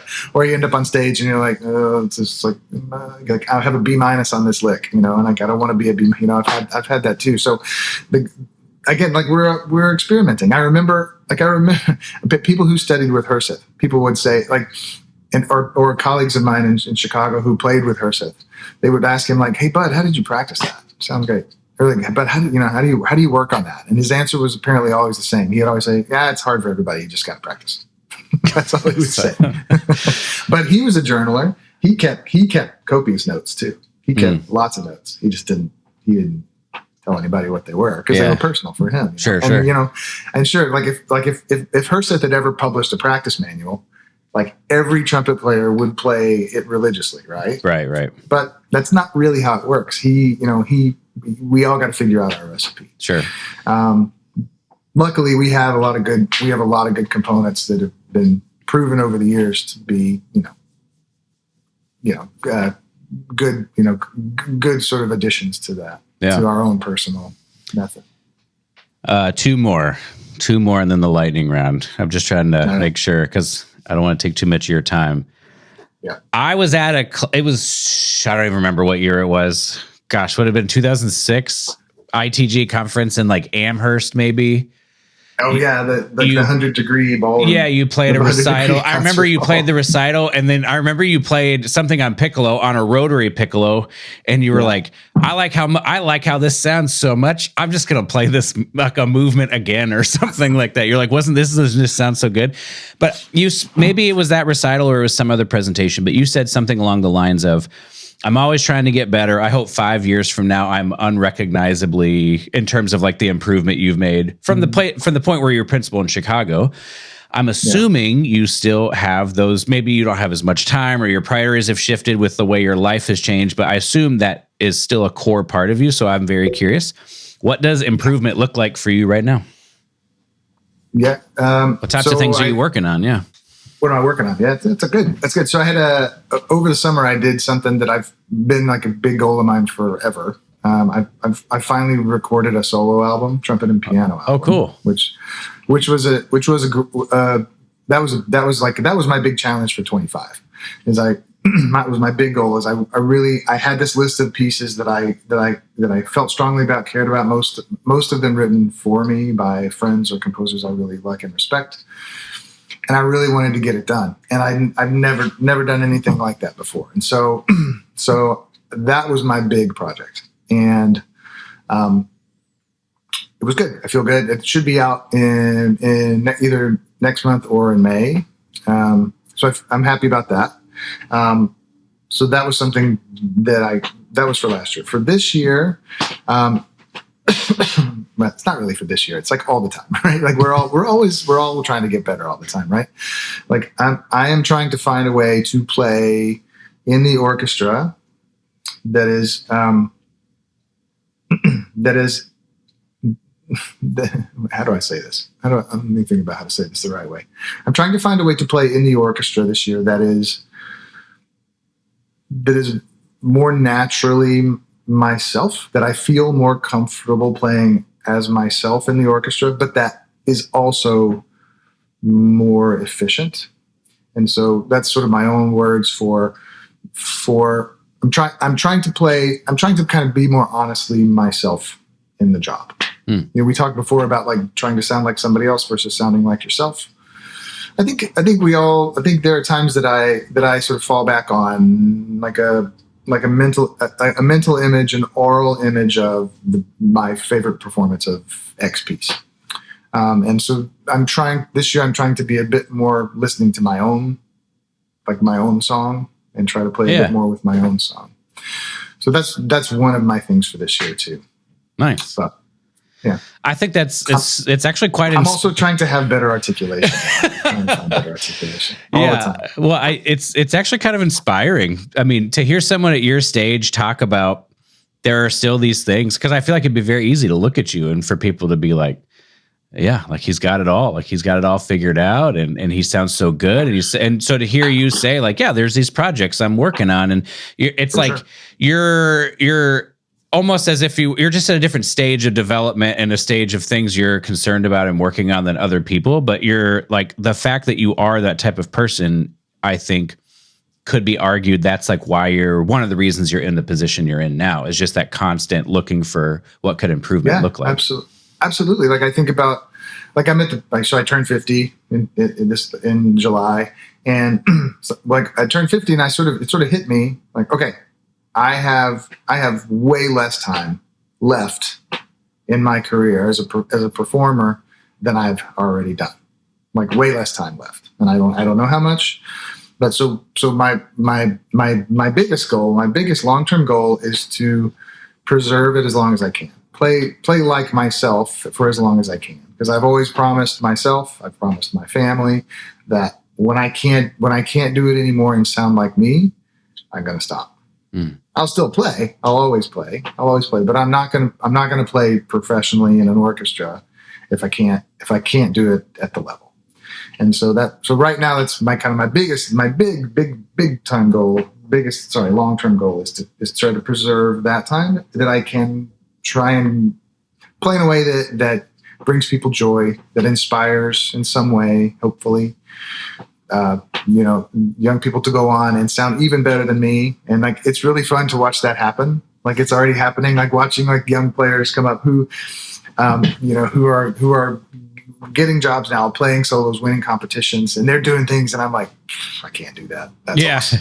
It's really great. It's so fun. It's great to be there. It's great to be here. And I think I still contribute to the musical life, to the world of trumpet. And as long as I can do that, then I'll keep doing it. But the key to that, as you say, like the key is curiosity, right? And it's like I respect so much our colleagues out there like you you're doing this, I think, incredible service for the musical world, for the trumpet world. it's great. It's very inspiring for us to sort of be able to talk and mind meld, amalgamate. I've loved this. If you're ready for the lightning round. Okay. Yeah. Right. All right. So I don't know how much time you have. There are 15 possible questions. Okay. Do you have time for all 15, or do you want to cut it short? It's a lightning round, so I feel like every podcast I listen to, when it's a lightning round, like the person goes on way too long. So I'm going to try to keep it like 30 seconds. Well, here's the deal. I already told you I had uploaded all these interviews. And so I asked it for non-trumpet questions. And so this isn't like, do you like coffee or tea? They are very specific to you. Oh, wow. Okay. Number one, you mentioned in an interview with Sarah Willis that you wanted to be a pilot and fly jets and maybe go to space when you were a kid. Yeah. Is that still something you're interested? Do you follow space-related stuff? I do follow space-related stuff. There's an Apollo Lego rocket. Oh, I can see that. Yeah. Yeah. There's a space shuttle up there. I don't know if you can see that. I do still love space. That was like my first love. Like the first thing that inspired my imagination. When I totally wanted to be I wanted to be a Navy fighter pilot, and I wanted to go to space. And then turns out that if you're blind as a bat, that's the no-go. Fair enough. So one trip to the eye doctor, I was like, yeah, that's not happening. So like what, I mean, it's a follow-up question, but what is there like a kind of an easy thing that you could say what about space is so draws you to it, that the idea of it? Well, I think it's, probably the number one thing is just this idea of of inspiration and curiosity and, searching for something that you're probably never going to know the answer to. And in our lifetime, we probably won't know if we're all alone here or not. Probably not. I think my feeling is we're probably not alone, but we may never have an answer to that. Right? Yeah. And trying to comprehend something like that impossibly vast and inscrutable, like it's kind of like trying to figure out how to play the trumpet. Yeah, that's an interesting connection. Also in this interview with Sarah, you said, I really love coffee. I could see maybe having a coffee shop one day when I'm retired. Is that still the plan? I could totally see that. Yeah. My colleague Ethan in the orchestra, he's even bigger coffee lover than I am. And yeah, we got a couple new members of the orchestra who are big time coffee nerds. Like they've got their whole setup in the lounge. So I'm like kind of more of I like it all. It's all good, but I'm a big fan of espresso, and I like that sort of like the precision of that, like the OCD part of that, and it sort of feeds that part of our brain. And we're like, since I got into coffee, I buy fewer mouthpieces. So my wife is she's okay with that. That's fair enough. Have you thought deeply about what you would name your coffee shop when you open it? I have thought a little bit about it. What would we call it? The other, what did we talk about? With coffee, not so much. The other thing I talked about was maybe opening a brewery someday. I find like the whole process of like brewing, fermentation also very cool and interesting. And my wife suggested that we would call the brewery Bump It Up Beer for the Zarathustra lick. Oh, nice. Bump It Up Beer. I just feel like you have such a good last name where it could just be Martin's. You know what I mean? I feel like that's like you could see one of those like a Martin's in New York City. You know what I mean? Yeah. With the cool font, Yeah, for sure. The white shutters and the black wrought iron. Yeah, I could see that. Yeah. Well, yeah. There was a Martin's restaurant when I was a kid growing up down in Georgia, and it was like a drive-in, like burger and fry joint. It was great. It was great, but it also like gave you horrible heartburn every time you ate there. That's the mark of a good burger place, That's true. That's how you know it's a good burger. So, okay, next one. Sorry, I'll keep it moving. Brass Chats interview. You talked about your M3, your first year with a V8. Are you still a car guy? Do you do much driving around in New York City? Well, we lived in Manhattan for 9 years, but we just moved out to the suburbs because our kids are at the age where it was getting pretty crowded in a 2-bedroom apartment with 3 kids. So I did have an M3. It was a wonderful car, but I do not have an M3 anymore. I have a CRV, which is an excellent commuter car. Yeah.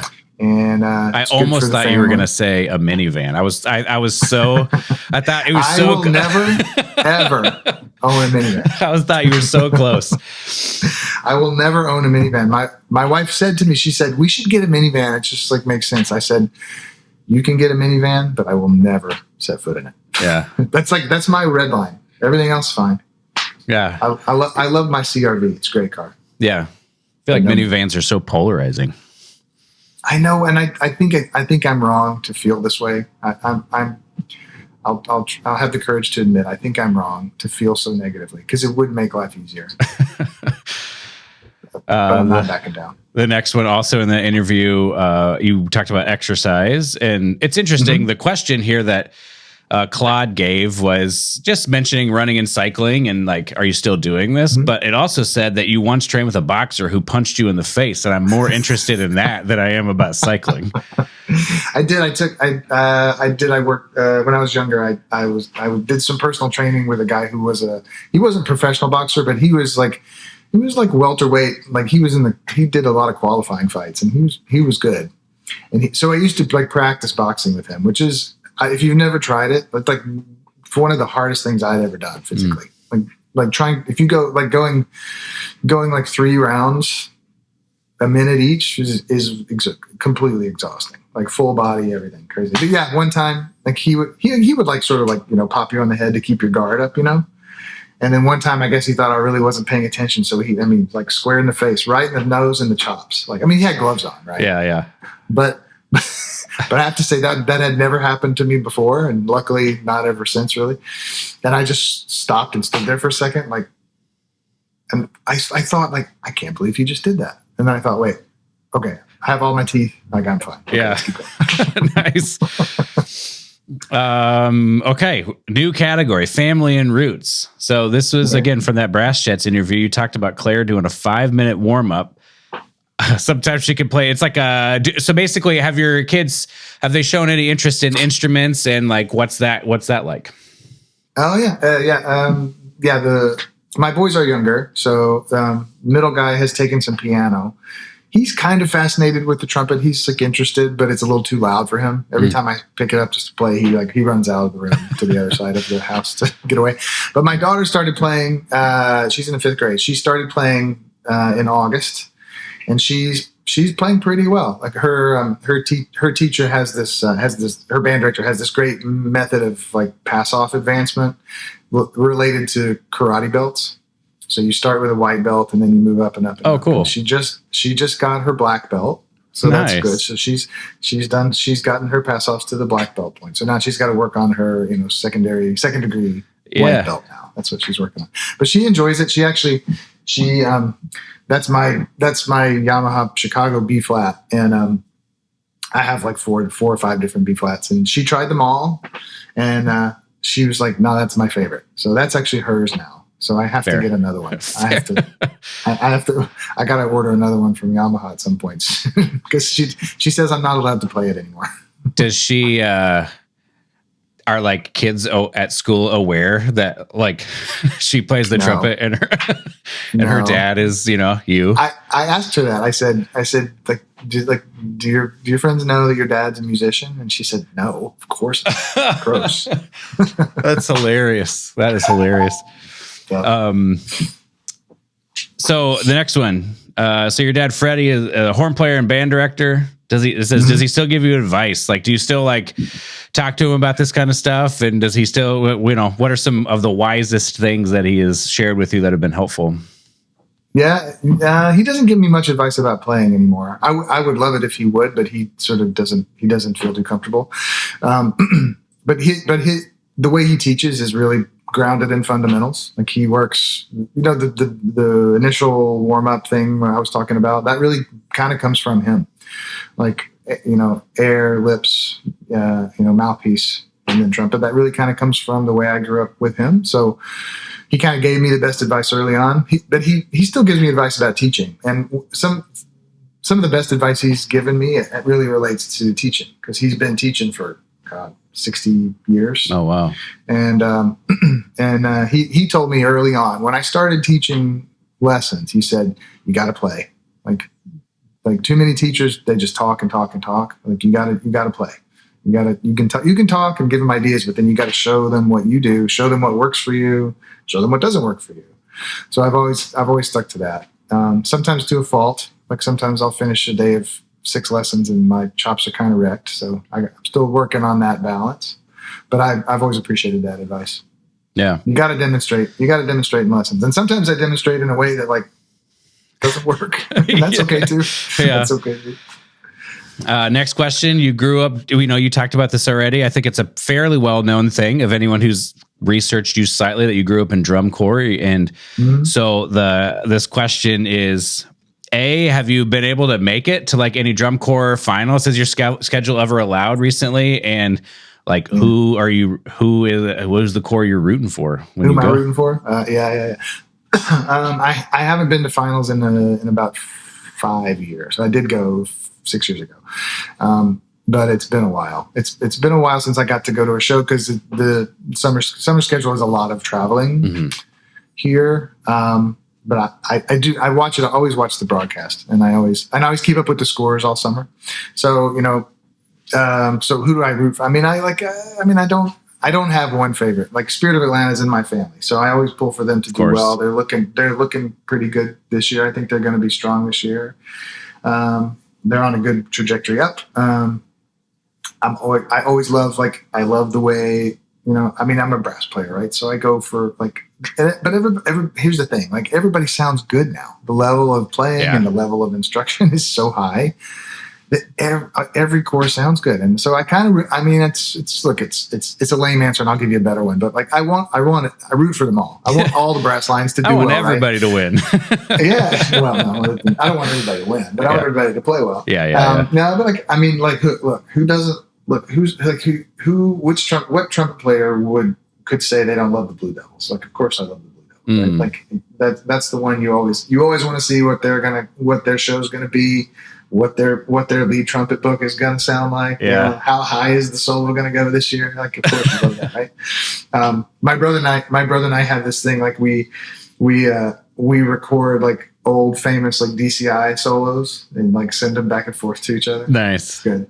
Yeah. The last one he sent me was from Blue Devils from their Metamorph show. So he won out me big time. So I'm gonna have to find something really good to try to get him on that one. Nice. Yeah. That's probably, it's good. That's good, man. That's good. Next question. Margaret is an organist. I'm not going to read the question here. I'm actually just going to ask you what percentage of her being an organist and being able to accompany you on various recitals and things was involved in your desire to marry her? It's funny when we met on a gig. I was playing Vivaldi Concerto, and she was playing harpsichord, and she played beautiful. Like she played great, and I complimented her afterward. I was like, oh, like that, she's pretty cute, and also she plays really well. So I complimented her on her harpsichord, like especially like second movement, and that turned out that was her first time ever playing harpsichord in her life. And she thought that I was just like trying to put moves on. So she's like, yeah, whatever. But I really did think that she sounded great. Anyway, I did think about how convenient it would be. Fair enough. To be married to an organist. There's lots of reasons to get married. Yeah. Also love. Yeah, there's that too, of course. Of course. You said your favorite movie was Brass Chats. So we got, okay, I see what this is. Original trilogy, prequels, or the new trilogy. If you have to take like a set of 3, what are you going with? You can only take one. But it's like you got to take all of them in the set. Mm-hmm. Mm-hmm. So warts and all, you can only take one trilogy. I'm 50, right? So I should say the original, like the middle 3, like the first 3 movies, because those are the 3 that like blew everybody's brains open. Sure.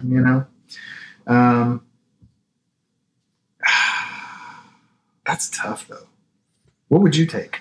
I asked the hard questions here. I don't know. I think as crazy as this sounds, like I feel like I'm going to get destroyed, but I just have so many fond memories of watching the prequels when I was a kid. You know what I mean? Like I watched The Phantom Menace, like I warts and all, I understand. But I watched that movie so many times, and there's very few things to me in Star Wars that can top when the doors open and Darth Maul was standing there and Duel of the Fates. Totally. There's very few things that can top that for me. And like that just raises the, you know, like if that puts it in a positive, it's hard to count against that. Yeah, I mean, I'll probably get destroyed in your comments too, but my feeling is that scene, the Duel of the Fates, that's the greatest. That's the best fight scene of all 9 movies. I actually totally agree. Yeah, totally agree. Between like the character's introduction and the choreography, and then but especially like the music, like bring it back to Trumpet for a second, like with the music, that's the best action scene of all 9, no doubt. So I take your point. Yeah. Take your point. But I also got to say, like, going back to music again, like the last 3, like the soundtrack is phenomenal. Super fun. And like the trumpet playing is awesome. John Lewis and those guys killed it. So yeah, I don't know. Plus it's kind of fun. I don't know. Like the purists would disagree, but it's kind of fun. Like hearing Star Wars on C trumpet. It's kind of fun. Fair enough. We got 6 movies on the B flats, and Maurice and those, they all killed it. But they're kind of fun to hear it on C trumpet too. So I think I effectively dodged the answer. I was just about to say, is your answer to not answer? my answer is I was born in 75. That's right. Yeah. And I can remember along with drum corps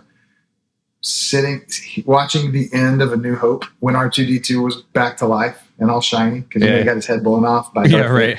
And when he's shining back to life, and I can remember tears running down my face. Wow. At the end of A New Hope. So like as a formative experience, like I gotta say, and with the music and everything, I'd have to go with the original. I think not always a safe bet. I think most people would say they're the best 3 movies as like a whole. Yeah. As a whole, I think that's probably true. Like none of them are perfect. None are perfect either, but that's okay. Yeah. That's what makes them great.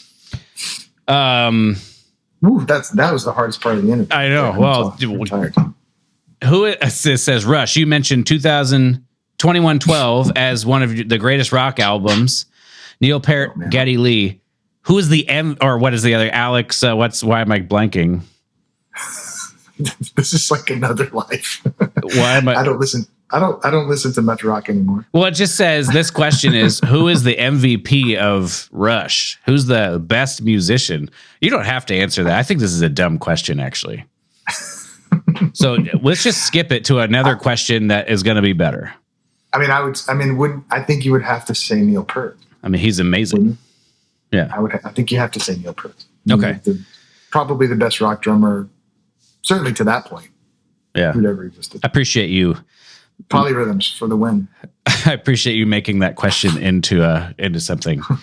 But again, maybe this has changed. In this interview with the Brass Chats, you said Barbara Hannigan is the best musician alive. Do you still agree with this? And what makes her, to you, the best musician alive? She's up there for sure. She's coming to the Philharmonic. She's doing her Poulenc La Voix Humaine next month. So that's, if you've never seen her do that, it's on the YouTubes. It's amazing. What makes her, I think what makes, so I would say 2 things come to mind. What makes her so incredible is, number 1, her range. Like her range of repertoire is bananas.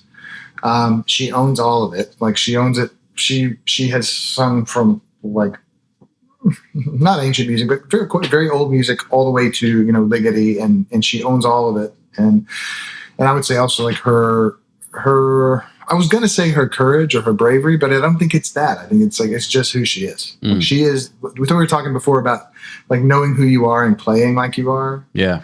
I don't think there's an atom of doubt in her being. Nice. About who she is and the musician she is and how she's going to sound. It's like, it's force of nature. That's so cool. I mean, that you're like connecting, that the thing that you connect to is that there's just nothing stopping her from being her. No. That's cool. Yeah. 2 more questions. We won't get to all 15 because the others are whatever.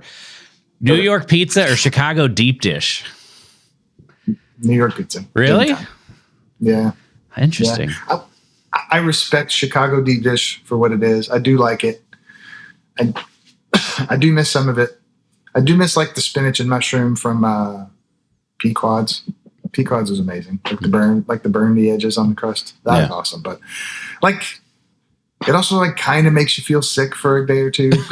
Okay. Kind of a lot, you know? I don't know. My body could handle things differently than it can now. Back when I was at Northwestern, you know.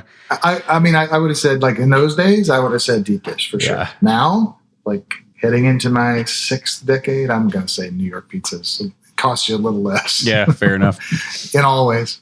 And then the last question, I wanted to end on this one. Okay.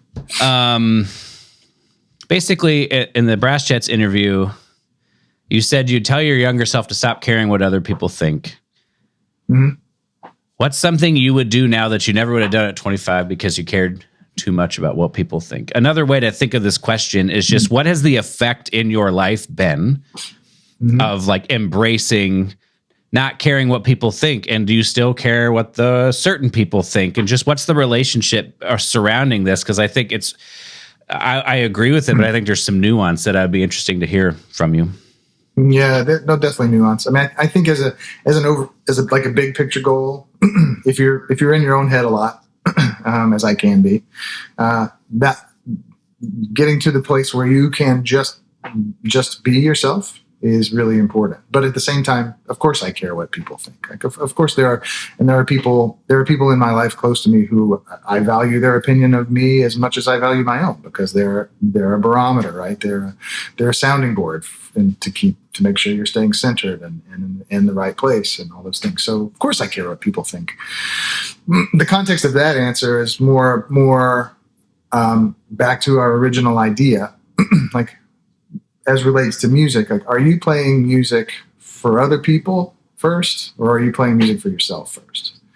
And I think for me, for a good chunk of my career, I was playing for other people. Like I was trying to play in a way that I thought other people thought I should be playing. You know, well, if you're in that job, then you should sound like this. If you don't sound like this, then maybe you're not good enough for that job. So I had a lot of those kinds of thoughts in my head. And so, like, kind of related to like my 2026 goal to try to play more naturally as I hear things. I try to silence those thoughts. And it's again, like, look, there are people out there who hear me play and they don't write things on the internet. They don't like it. That's true for everybody, right? Yeah. So if you live your life for that. I'm a big soccer fan, and the soccer team I love is like sort of a classic like lightning rod team, because they can be kind of a dumpster fire for a large part of their like modern history.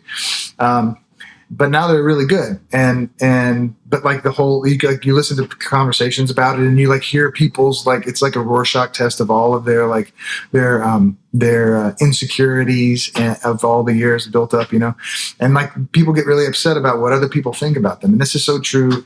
This is such a thing now, like with social media and you know, online comments and all that stuff, and so. For me, it's like I try really hard to not pay attention to those things, and know that they're there and be at peace with them being there. It's not so much about ignoring them as it is like I know they're there, but I try not to let them in on a daily basis. And if I can do that, can kind of keep that diet clean on a daily basis, that really helps me to follow this idea, which is just to say, sorry. Which is just to say, like, we're all here trying to find our voice, right? And once you've kind of found it, like I mostly have, I don't think I'm all the way there yet, like you mostly have. The most important thing we can do is just share it and be open to sharing it, whatever that means, whether people love it, whether people don't care for it. Like, you got something to say and you're doing it now 200 times. Here's to 200 more. Sure. And I'll keep trying to do it, you know, for the right reasons as best I can for as long as we can still keep going, trying to make things better. Well, I feel like that's a very good place to wrap things up. I just appreciate your time and your willingness to be open and helping me understand your perspective on things. And I'll ask this question and you can decide how you want to answer it. But okay, if somebody wanted to reach out and say, Chris, I really appreciated your words on this podcast. It really meant a lot to me. Is there a way that somebody could reach out and say those words to you that you would want to share here? Sure. Sure, of course. Yeah, I mean, you can email me. Do people still email, Ryan? I emailed you. That's true. Yeah, you can email me. My email is chris@chrismartintrumpet.com. So you can email me there if you like. Yeah, my website's there. It's a little dated. Sorry. It still works like on mobile, but it's a little dated. But you can email me there, chris@chrismartintrumpet.com, and I'd be happy to talk. I can sometimes be a little slow to reply. Ryan can attest to this, but I will get back to you. I promise. Just put Ryan's name in the subject, and I will make it a priority. Yeah. Okay. Well, again, I really appreciate your time. It's been I've really enjoyed this conversation. You know, me too. I really appreciate. Listen, I appreciate the openness and the honesty that you bring to this, and I love that you put yourself out there in this way, in an effort to. I think in an effort to figure things out for yourself, but in your curiosity and in your pursuit, I think you're helping so many people find their path. It's wonderful. I appreciate it. That's a huge part. That's a huge goal of mine. So yeah, thank you for checking this out, or not for checking us out. Thank you for doing this with me. And then I was going to say, I want to thank Brandon Yoakum for his work on mastering this episode of the podcast. You can check Brandon out at epiphanyrecordingstudio.com. And most of all, I would like to thank you for listening to this episode. I hope you enjoyed it, and we will see you in the next one.